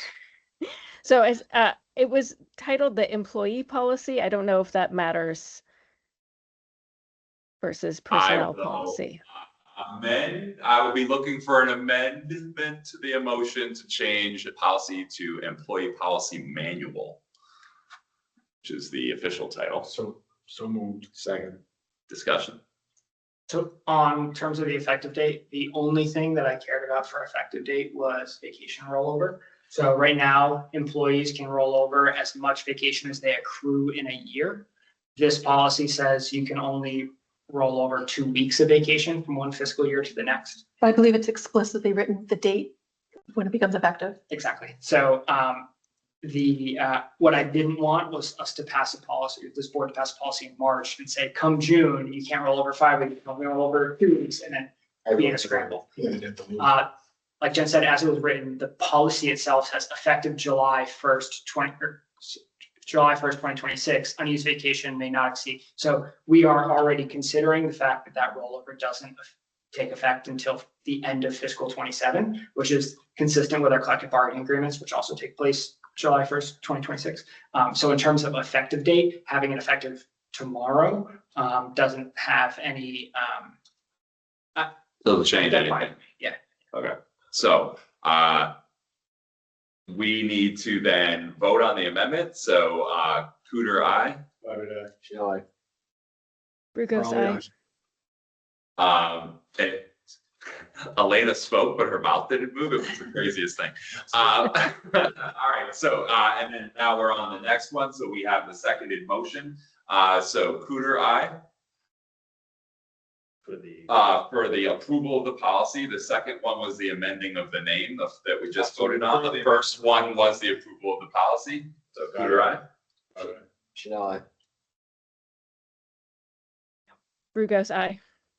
Wrong. All right, motion passed. We haven't done a double amendment like that in a minute. So thank you so much, Jen. I know that it's really like a letdown at the end. It kind of is. It's like, I'm gonna reach for my whiteboard.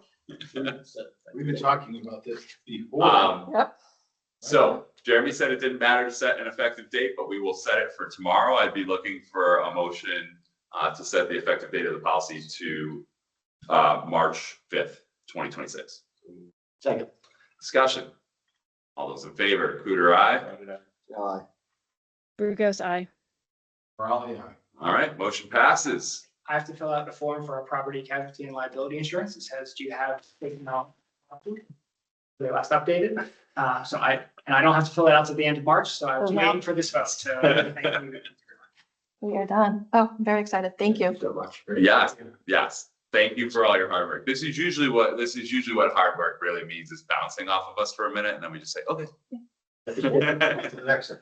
On to the next.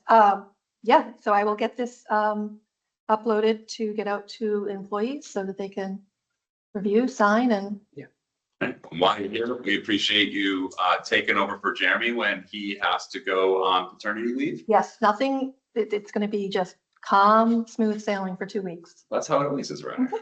Absolutely. So yeah, it'll be a nice change of pace from newborn at home when I come back. So it'll be nice and calm here. Mhm. So I had a department head meeting, as we talked about this, so I had my administrative report, but we had a department head meeting earlier today where I said to everybody Jen will be acting town administrator for the approximately 2 weeks that I'm out in March. And I plan to take a longer leave once my wife goes back to work, and that kind of middle to end of July, end of the month of August. We can discuss that as it gets closer, and then what we want to do for acting at that point. Maybe we'll have a codified town administrative bylaw that sets out the procedure. Maybe not, but we'll cross the bridge when we get there. But yeah, Jen acting for approximately 2 weeks. All right. Just as long as you take over his office. Downstairs? Oh, Just kidding. All right. Thanks. there is heat down there. There is heat down there, yes. All right. Thanks for coming out tonight to see us through this last official motion. I am very excited about this myself. All right. Jeremy, number 8, fiscal 2027 budget update. Yeah, make sure you make Jen sit here in 2 weeks. Definitely got to make her sit here. So I just kind of wanted to recap. I gave a little spiel at the end of our last budget meeting, so this is a little bit of a rehash of that, and a little bit of rehash of the school discussion and some new information. So I think we pretty much settled on the school side what our options are. No finality, but what our plan is. Our revenue picture is likely not to change much with the House Ways and Means budget. Maybe a few $100 really is. The big change we may see in revenue is on Chapter 70, which indirectly impacts us. That's school funding. So in fiscal 26, Chapter 70 said we have this whole big complicated. Well, they always say this, but we have this whole big complicated formula, but every school district will see a minimum per pupil increase of a certain dollar amount. And the governor said $50. I think by statute it needs to be like $30. I forget that. But the governor said some number, and then the ultimate budget that was passed was $150 per student. The governor's budget this year, as submitted, is a minimum $75 increase per student. That is important to us because there's something like, I don't know, near 200 districts that just get that minimum. The formula doesn't get them wherever, so that they get that prescribed minimum, and we're one of them. So the governor's And budget. that's because of our affluence, right? Like that formula is just where it's too rich here to provide that extra money. It's affluence and English language learners a big part of it, and special education is another part of it. Okay. So when you have folks that speak English, don't need special education services, and have affluent families behind them, the state supports less. And it's not like an opulence level. Like I said, there are hundreds of districts, somewhere around 200 that get the minimum as opposed to the formulaic increase.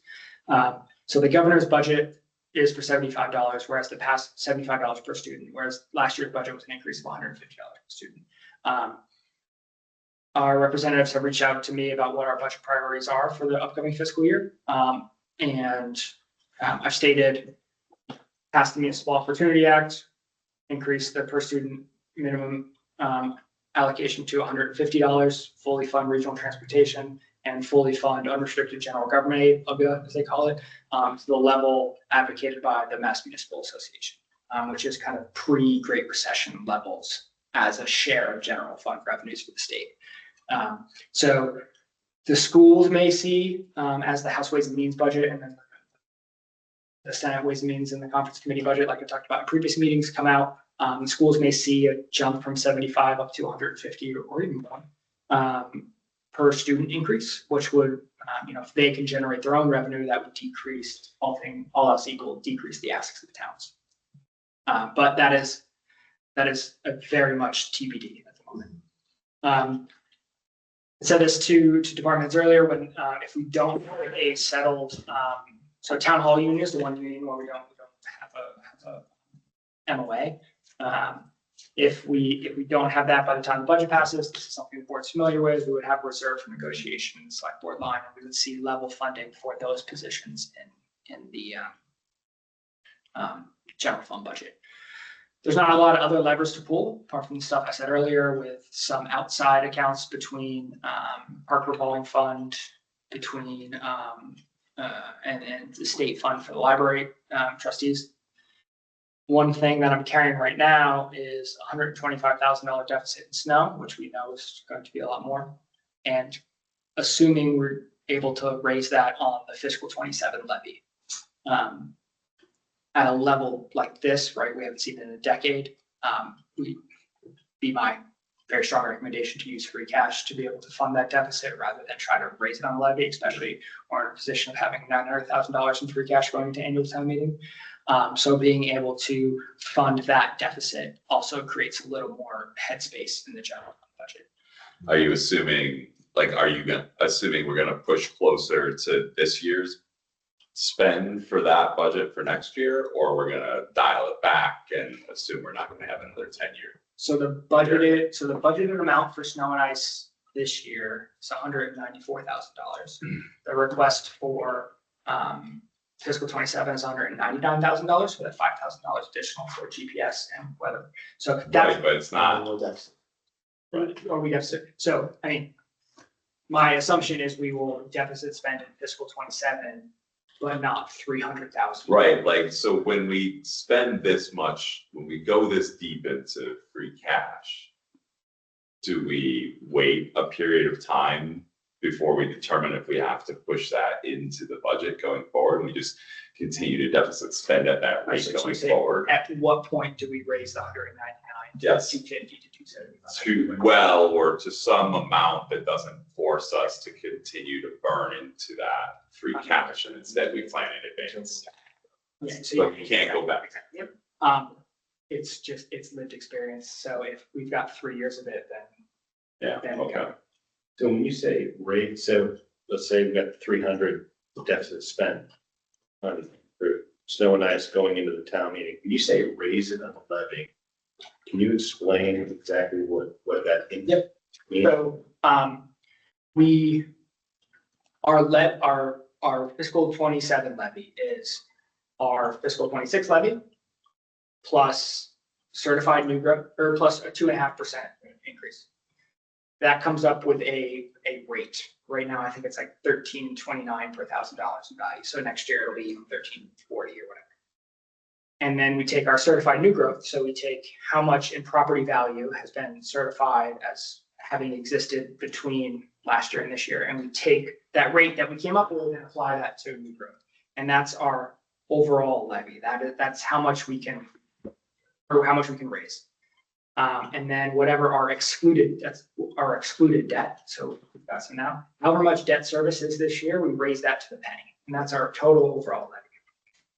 And that's the amount of money that we have to fund everything.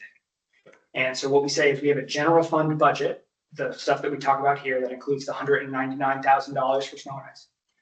We have that totals, the 25 million, whatever it is. And then in addition to that, we have a $300,000 deficit.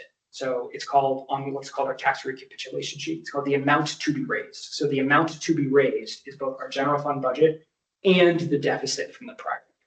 So we are using fiscal 27 tax levy to fund fiscal 26 obligations in snow and ice removal. And this is the only type of expenditure which Mass General Law allows us to do that for. So it's gonna be really clear. My point is the 300,000 is for the next budget.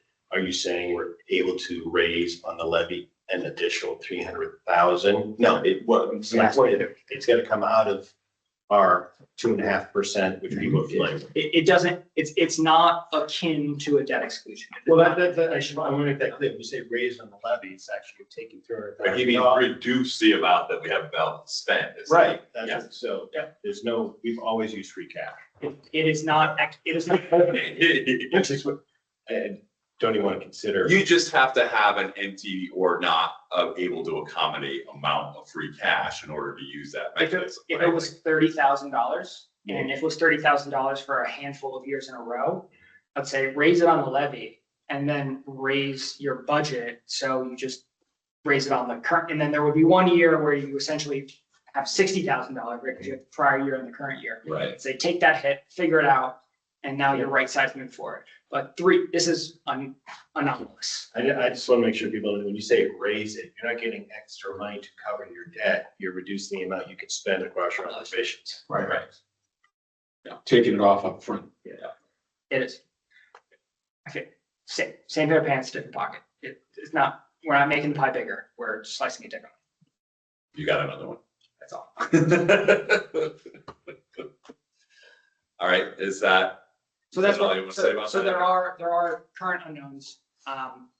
When BVT will present to us once they. Known unknowns, though. They are known. There's, They're known Well, unknowns. let's start that. just saying, I mean, it's not like something's gonna hopefully come out from the left field. It's stuff we can know and waiting for. So BVT presents, I think, tomorrow to their school committee. So they'll, once I come back from my leave, we'll have them come and join, talk about both their budget and the lottery system, which I've talked about here before. And then, yeah, we'll shore up things like IT budget, planning budget, things that I haven't talked about, but have something to them that I think should be discussed. Nothing groundbreaking or budget breaking, but that I want the board to be aware of. So there are a few loose ends there, but nothing huge. We can have MURSD present to the board. 100%, yeah. I didn't want the multi-board to be the. No, I was figuring they would come after they finalize, yeah. That's all I have to say. All right, so speaking of IT, number 9, for the first time ever since we've had remote meetings, we had Zoom bombing. If you don't know what that is, that's when people show up and do something explicit inside your meeting and you're not expecting it. When did it happen? It happened last week. So the Board of Health came here and presented their budget and then went downstairs and had a meeting, and they had someone join their meeting and They were actually at the police station when that happened. share, oh, they're next door, and share adult content and share their screen, and Board of Health ended the meeting as a result. Right, so that's all taken care of. That's not what we're here to talk about. Here to talk about, for the first time ever, having to sort of change the security around meetings. It's actually quite surprising this hasn't happened to us yet. This is a pretty normal thing during pandemic, actually, when like there wasn't a lot of security around meetings. So one of the things we can do is by policy, change the way meetings work across their entire environment. And the two big things that we can do to sort of abate this problem is, one, we can add waiting rooms for people who don't have mendonma.gov email addresses. Yeah. What would that do? So the public has a right to attend, so how would we know good public versus bad public? That's just You can't know. that you can't. That's just the first step. And Okay. what that means I didn't is, just jump what the waiting room technology does is means that there's no surprises. Yeah. Somebody's not gonna show up accidentally. You are purposely adding them in. So if their name is Bob Jones and Bob Jones has shown, explicit material in your meeting multiple times, well, you're probably not gonna let Bob Jones in the next time. So it's not a great mechanism. It just stops the immediate jump in, because this means the entire. Right, it's a little friction and it's the entire meeting, right? So if somebody comes in during the middle of your meeting, they're not interrupting the meeting and talking immediately, for example. You're gonna let them in, you're gonna, address them or not, I think, I remember, Mike, you probably remember this, during, Mr. Maruschek was the superintendent. They had kind of a 2-tier system where they were streaming. And that was just for people to watch, because frankly, during those meetings, they had an agenda. There wasn't an opportunity legally. right? So that's the second step of. And then what they would do is, but they also were running a Teams meeting. And what they would do is allow people in from one to the other. Yeah, So they had one streaming. we don't need to do that anymore. Technology's caught up to that. So it's use all case. kind of It's all in the same seamless. system. So the other thing we can do is we can change the permissions of who can share, and basically say nobody's allowed to share unless they're explicitly given permission to share. Or we could say only Mendon MA resident or Mendon MA email holders are allowed to share. That might be a little more permissive and a little less aggressive, because any of the things we do here to change that, which we're kind of required to do. Like, if we know there's a problem, we have to address that problem, right? Yeah, for Like, sure. we can't allow it to continue. So the problem this creates is turning on these types of settings means we now have to educate and inform everybody on how to more manage the meeting, essentially, right? Than they're normally doing right this second. Like right now, we just kind of run the meetings, we don't click things. They would have to turn on mics, allow presentation, which in advance they could do. They could put those people in as presenters before the meeting started. So if it's conservation or planning and they have outside experts coming in, they could add those people to those meetings in advance. But this is all a bunch of workflow changes. And so we really have to be we have to. educating the, staff and committee members, which staff is easy, committee members can be a lot harder. Yeah, and that being said, though, it is rather, it's not too hard to make someone a presenter. And these are normal settings. We had that where we used to work. I mean. Yeah, it's super normal for an enterprise environment. We just have not applied this here. I would say they join, they're, guest only until given permission, and then can you restrict sharing of images in chat? Yes. No text. All of that. Okay. All of that. Yeah. So like turn off, GIFs that are, explicit. Right. Like those are settings we can change across the entire organization. Because we don't want to restrict, lawful, rightful access, because Exactly. we want people to join, but we want to. See, I'm zeroing in on the permissions more than the waiting room when I look at these two things. That's why I said. It's just like kind of industry standard where you stack these security mechanisms. I would almost argue that the second one makes. All right, I'll talk about another option in a second. Lena, go ahead. Yeah, because you have to click. So I was gonna probably say overlapping. I mean, it's also a standard in academic settings to have it locked down who can share screens, to have it be an explicit permission given to share screens, so that because I think we don't actually have that frequent of a need for people who are not running the meeting to share screens. And I think, in terms of our meetings, we often want the documentation ahead of time so that we don't have surprises about what is being shared. I think, especially if that's a sort of an easy default to do, is to change who can do the sharing. I mean, that I'm in favor of that.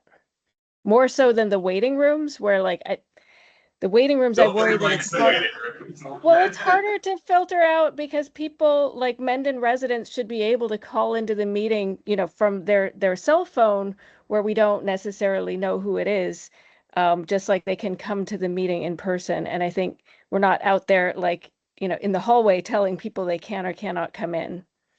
The difference is, though, if you showed up to a live meeting without clothes, we would notice right away. Right. Well, so I guess that's another question is, can you lock down, who can have their camera on and who can have their microphone on? Yeah, we can get as detailed and obtrusive as as we want. And so I'll share with you what the outcome of this will be after everybody kind of gives their input. So, all right, Elena. No, I just think there's a level of best practices you could overlay. Yep. The technology. So I think the idea of if people intend to present, they forward their materials to a contact, either the chair of the committee or meeting. Now you're getting into policy space, but yeah. Well, this is what we're talking about, policy. Yeah. Like that.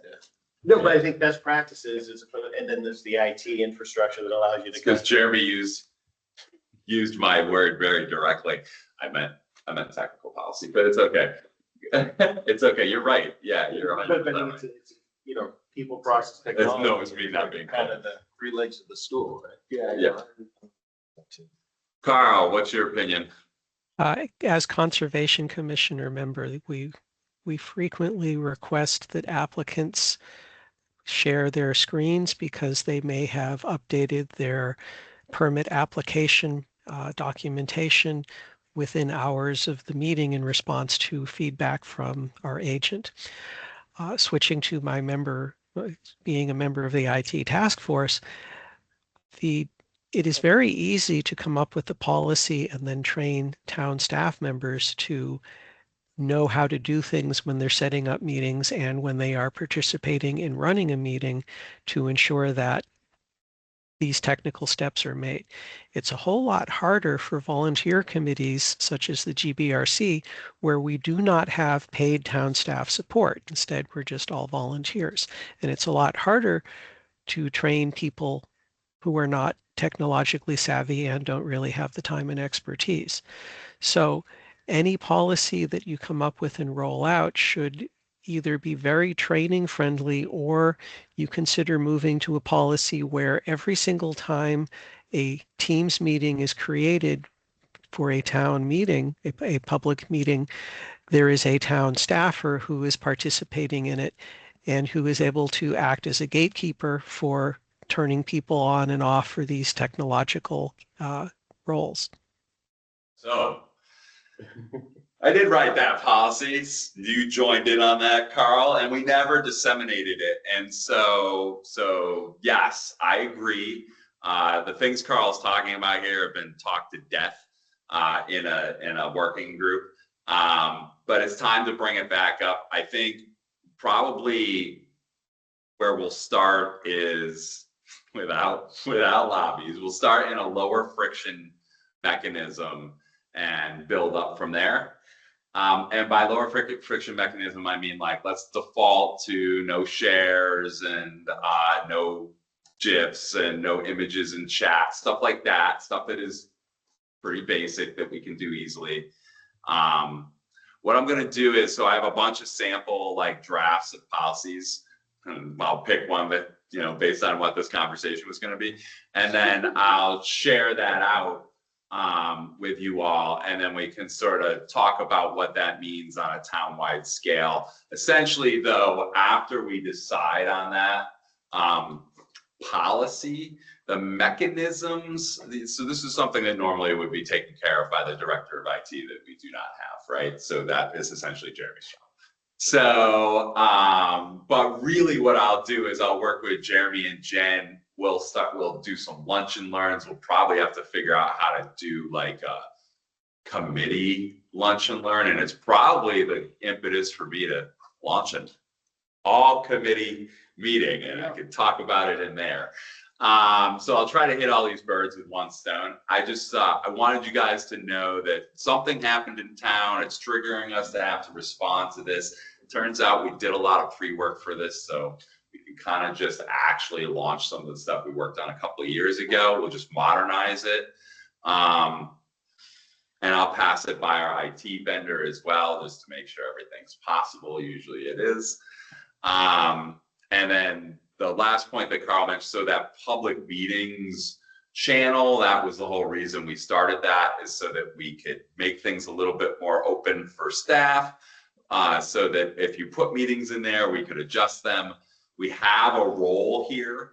I think it's just called Mendontown Meetings that a couple of people have access to. If that is, I don't know that we can automatically add it, but if somebody manually adds it on every meeting, that solves that problem of, a staffer is required to change my meeting, and, now I can't have a public meeting because, I need to change some setting. So there is some technical solutions to these problems, but it's a mix of people and technology. So, All right. So I just want to let you know that's going on. It'll come back at some point in time in the future.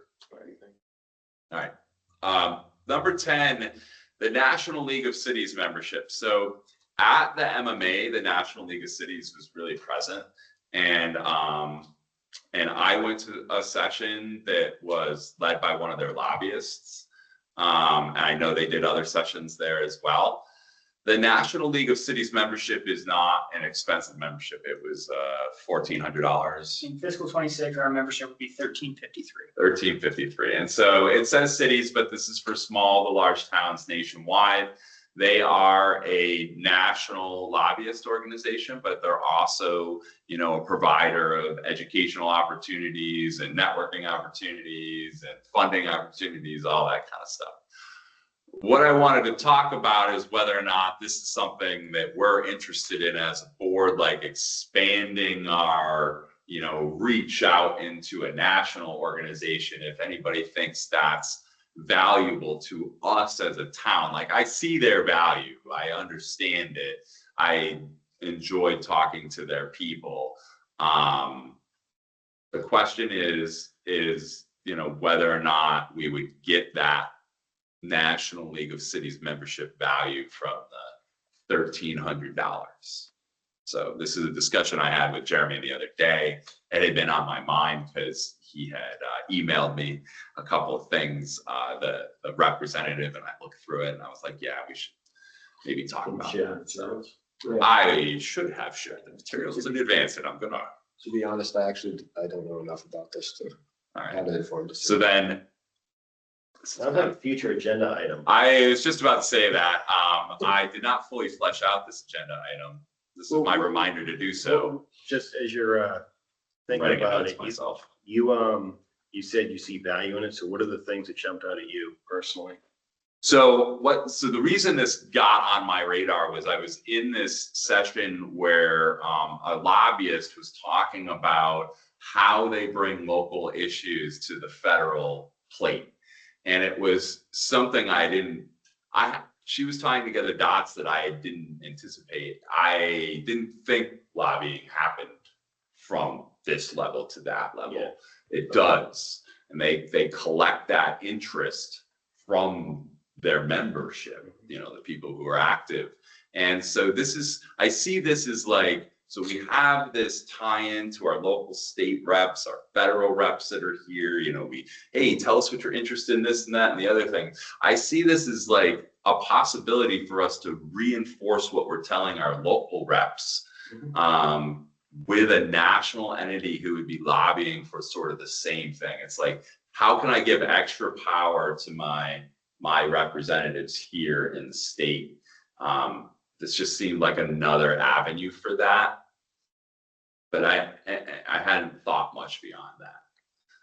And I do want to distribute the material because it's very good. And then I think one of the things that came up was, they offer educational opportunities. Is educational opportunity on the national? So we'd spend a lot of time on state opportunities, but on the national scale, is there value to us? Going to DC, sending a rep there, once a year to find out what's happening on a national level and how our town could be represented or benefit from that. But is there benefit for us to coordinate what we do at the state level with the federal level? So it's a single message for things that we feel are important, right? At all levels. So it's a consistent message too.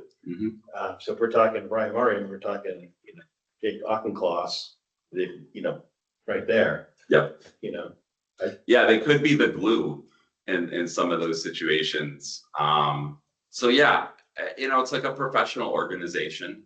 We pay for a lot of other things, MMA, the MIA. There's a lot of things. CMRPC. GFOA. So yeah. It's something I wanted to bring to the board. There's definitely no vote, but I'll bring more additional information to you guys, and then maybe we can have a more directed conversation. Does the MMA engage? Yeah, no, works. I was gonna say, that would seem to be a more logical avenue to a federal national lobby organization through the MMA, who's supposed to represent the 351, right? They do, but they're representing it at scale. I'd be curious too if these guys see any common issues nationwide. So we talk about across Massachusetts at the MMA level, but are we having similar issues as a small town in Virginia? And sort of. Yeah, I think help I actually might talk to same him. way as. I might have him come in here and chat. Yeah. All right, cool. So poker on the website too. Yeah, that's what I'm doing right now. We have a Women in Municipal Government Conference in Broken Arrow, Oklahoma this summer. We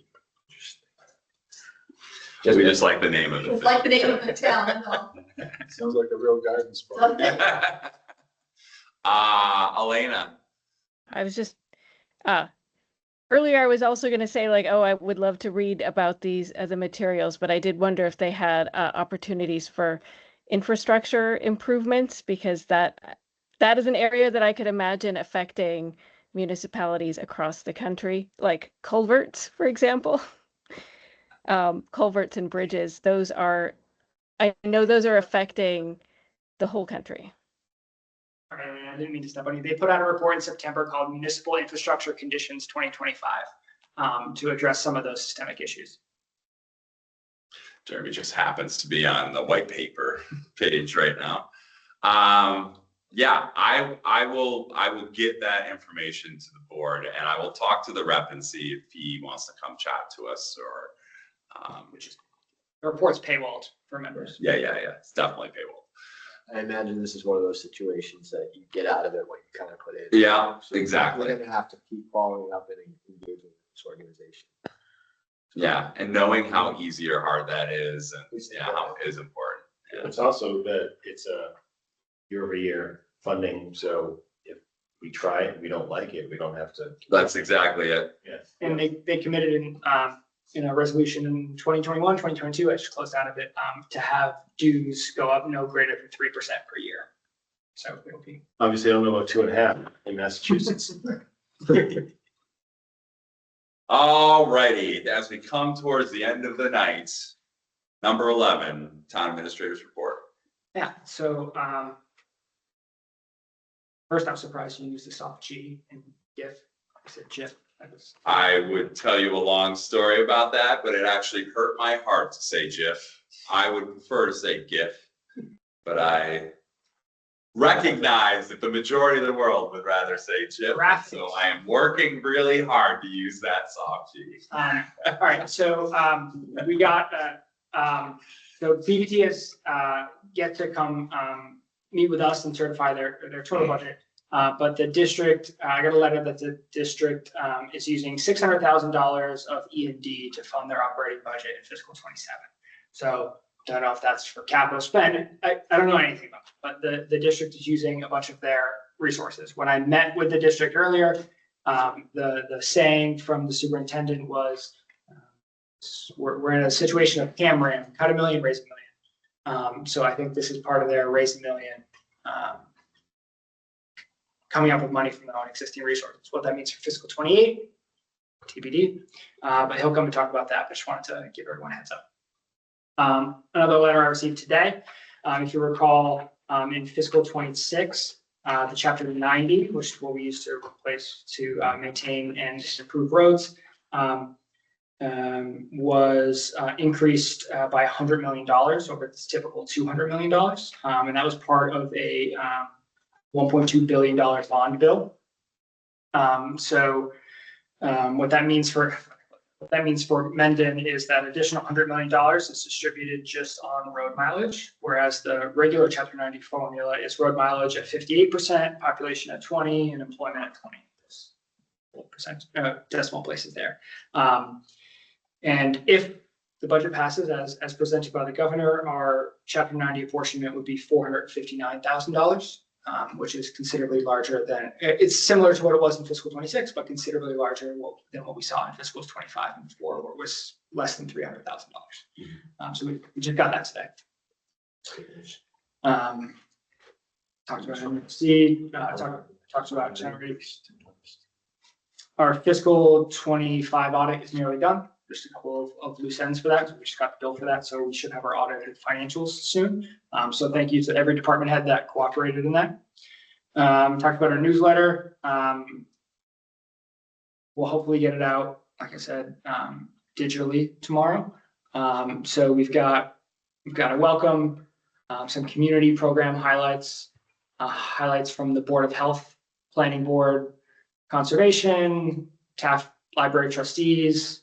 Do an employee spotlight with our health agent, who I had to edit her responses for length and clarity after some choice words. And we have Town Clerk's Corner with some announcements, frequently asked questions with the Treasurer Collector, list of dates, and some public safety updates. So proud of what it looked, proud of what we got into it now, but looking for feedback on to anything in the future. Had a department head meeting earlier today where I just kind of laid out what an acting town administrator does, laid out some budget sorts of things, and then what I think is fun.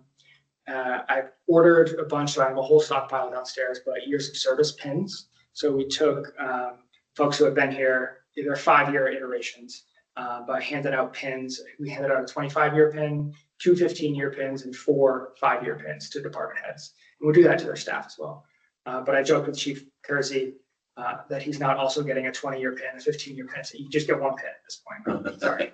But I had some feedback from staff that while, kind of a small gesture and a small investment, that folks appreciated that. So I hope to keep that going, and at, monthly or bi-monthly, wherever we do meetings, continually update staff on that. Dan Byers at 9.8 years. Didn't quite get a 10-year pin at this meeting, but at the next one we'll be the same. I thought he just started working as soon as he was born. So I went by full time. So he started here in like 2012 or something. But I went by full-time status. Okay. In 2016, July 2016.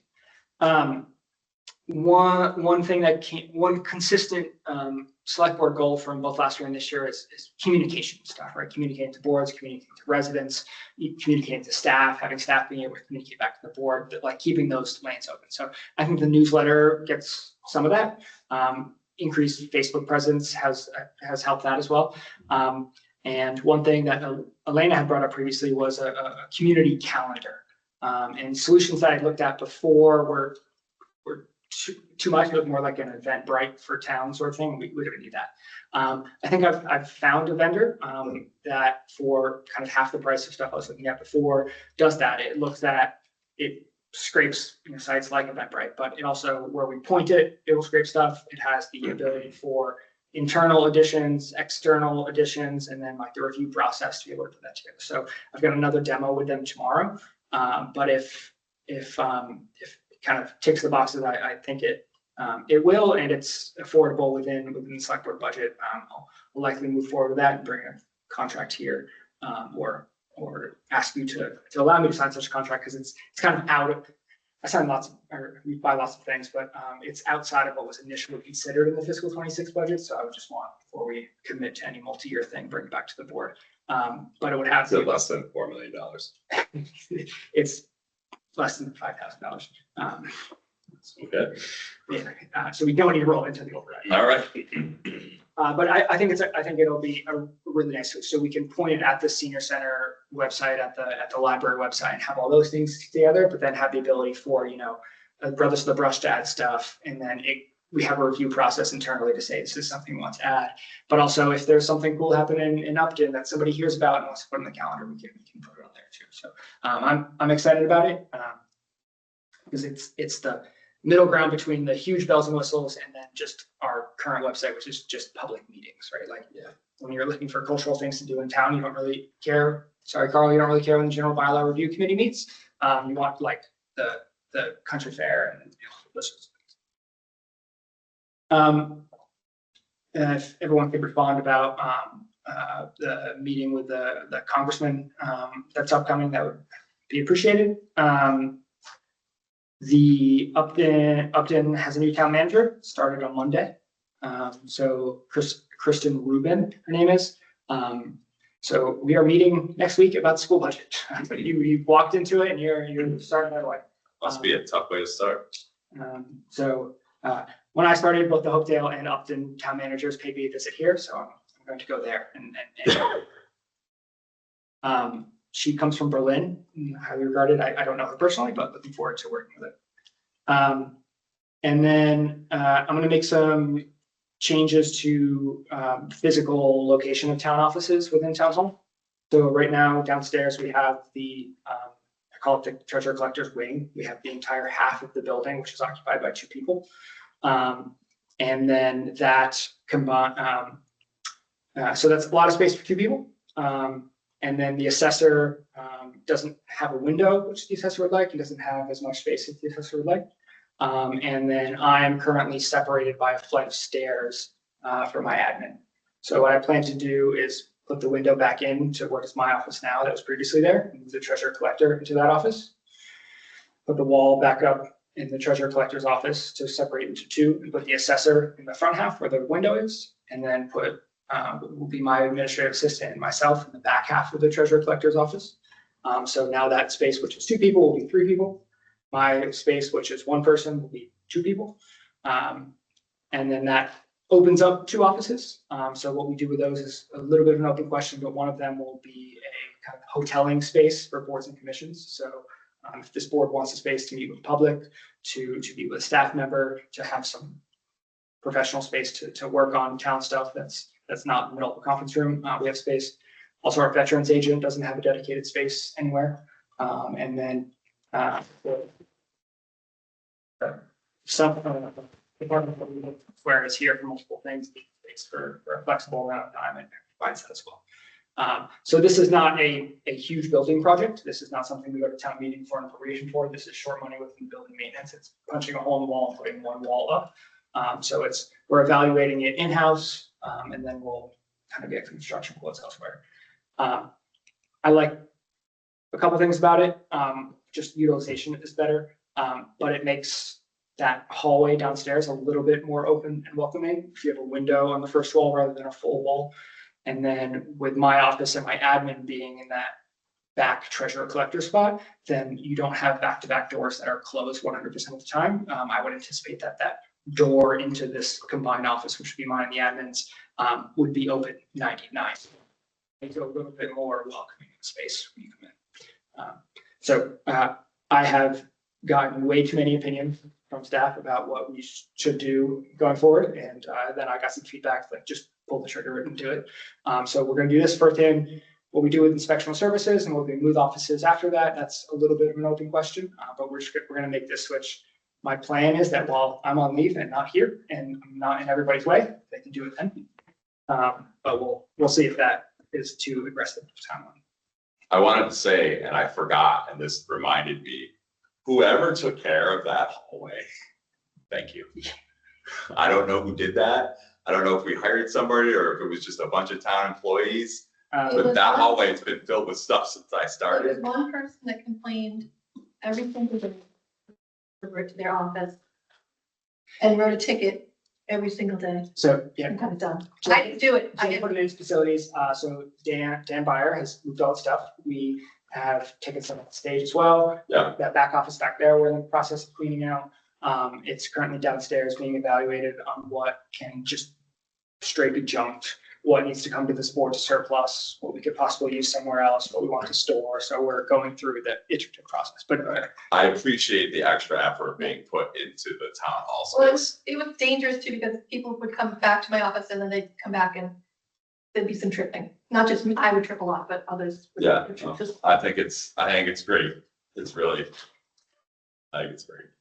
Simple. I know it's really minor, but I think it makes a big difference. yeah, I mean, it's daily for Jen. So Yeah. Can I ask you, you anticipate that the renovations to those offices downstairs are going to require bids, or is it going to be under the? if quotes come in at greater than $10,000, I'll have to reevaluate, because that's The reason I bring that up, in a previous iteration of that renovation space, I received a call from the Inspector General. Someone had made a complaint about improper bidding and, suggesting that it was split up into much smaller chunks to bypass procurement rules. Yep. I just want to be to make you aware that there are people who are watching that. As I'm sure you are, and as you said, you're going to get, just the fact that you said, if the bids come in over them, the fact that you're asking for bids is sufficient for me to. Thank you. Aware and sensitive to that. So Yeah. yes, thank you for making that point. Was that your last time you got? That's all I got. Question on Yes, sir. the audit. Once that report is generated, is the auditor going to come and share the report as in years past, or is that not happening? That's a good question. I didn't know the auditor had previously done that, so Usually, if you want them to, then certainly they will. We paid almost $25,000 for it, so they. Sounds like a good reason to have a report. Yeah, I forgot about that. Thank you. All right, so like an upcoming meeting, we will throw that on there. And then speaking of future agenda items, we have the GBRC stuff. There is some information coming on the paddock property that's been chatted about. Some status updates for the water project. I've asked the emergency management team to come and talk to us, not about like playbooks, but essentially like, where are we at with emergency management? And if we had an emergency, what would happen? And who would be in charge? And who would get contacted? And how would the board be involved? And all that kind of stuff. This is something, again, I was at an emergency management session for the MMA, if you're wondering where a lot of these ideas come from. And I was talking to some other select board members, and then somebody had an emergency during the middle of our emergency planning meeting. It was not good for them, but good for us. Was it Renton? Yeah, like a water main break and like flooded the whole center of town. So anyway, I got to thinking, I literally have no idea what would happen if that happened in our town. And so I thought it'd be a good time. I know they come and talk to us, but it's, you know, it's usually pretty generic. And so I gave them some directed topics to come and chat with us about. And I spoke with them today at our department head meeting about that as well. Okay, cool.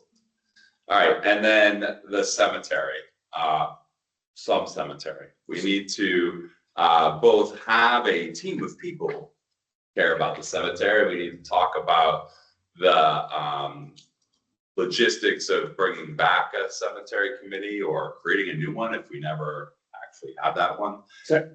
So, I've, gotten comments and directive from this board and from members of the public and other boards as well about the need for cemeteries in town. I spoke with council today about school stuff, and then said, also, I do not know our obligations as a municipality on cemetery, like make me smart on this. So I'm gonna get something back from them. I really don't know. So that's why it's on a future agenda item rather than on here, because I need to learn more before I can answer any of your questions on it. But if anybody has kind of specific either directions to suggest, or specific questions or areas where you don't know something and you want to know it, send it to me so I can get that ahead of time. We are driving towards a little bit more formality on this. It has come up a couple times over the last couple of years, and just trying to get some action to happen. Maybe another topic to hold out there, 250th, just we had met with council, and there's some reference to possibly looking for funding, or, I think. Yes, there is some funding funding available. Checkpoints with them, because that's coming up quick. Yes. Right. And I just want to remind everyone, it's the 250th anniversary of signing the declaration. So that's August, not July. You mean the Independence Day? So Is that what you're? the celebration is not in July. It's Right. the Cultural Council, as proposed, is 250th anniversary of signing the Declaration of Independence, which happened on August 3rd, I believe. Okay. It either happened on the 1st and our celebrations on the 3rd, or happened on the 3rd and the celebrations on the 1st. So it's that first Saturday in August. So it is not a July 4th celebration. It's an anniversary of signing of the Declaration. No, they had a lot of good ideas that kind of sort of intriguing, so. Right. All right. I appreciate that. We should definitely do some more regular check-ins. That's coming up quick. I recommend anybody who's interested in seeing a historical account to watch I think it's the 3rd episode of the John Adams series on HBO. It's on HBO. Rent it. And they go through basically leaving Boston, going to Philadelphia, and the deliberations in the different states going back and forth, and why they waited, and who abstained, and who. It's just very. Yeah, it's good. I just did a rewatch of that last month. Yeah. It's a good series. Yeah. All right, so we have 2 upcoming meetings, March 18th and then April the 1st. So we'll have a nice April Fool's Day meeting. I don't know how we'll make it special. Harlem Shake, maybe. Are you too young? No, I. Okay. Yes, that's because I like to dig out this deep social fun stuff. All right, so that's it. Does anybody have anything else before we move on to looking for a motion to adjourn? All right, then I'd be looking for a motion to adjourn. So moved. Second. Any discussion? All those in favor, Cooter, aye. Morale, aye. Brugos, aye. All righty. Thank you, everybody, for watching tonight. It's 8:50 and we are adjourned. Have a great day and evening and rest of your week. On and on and on. Good night. This double mouse thing is hard.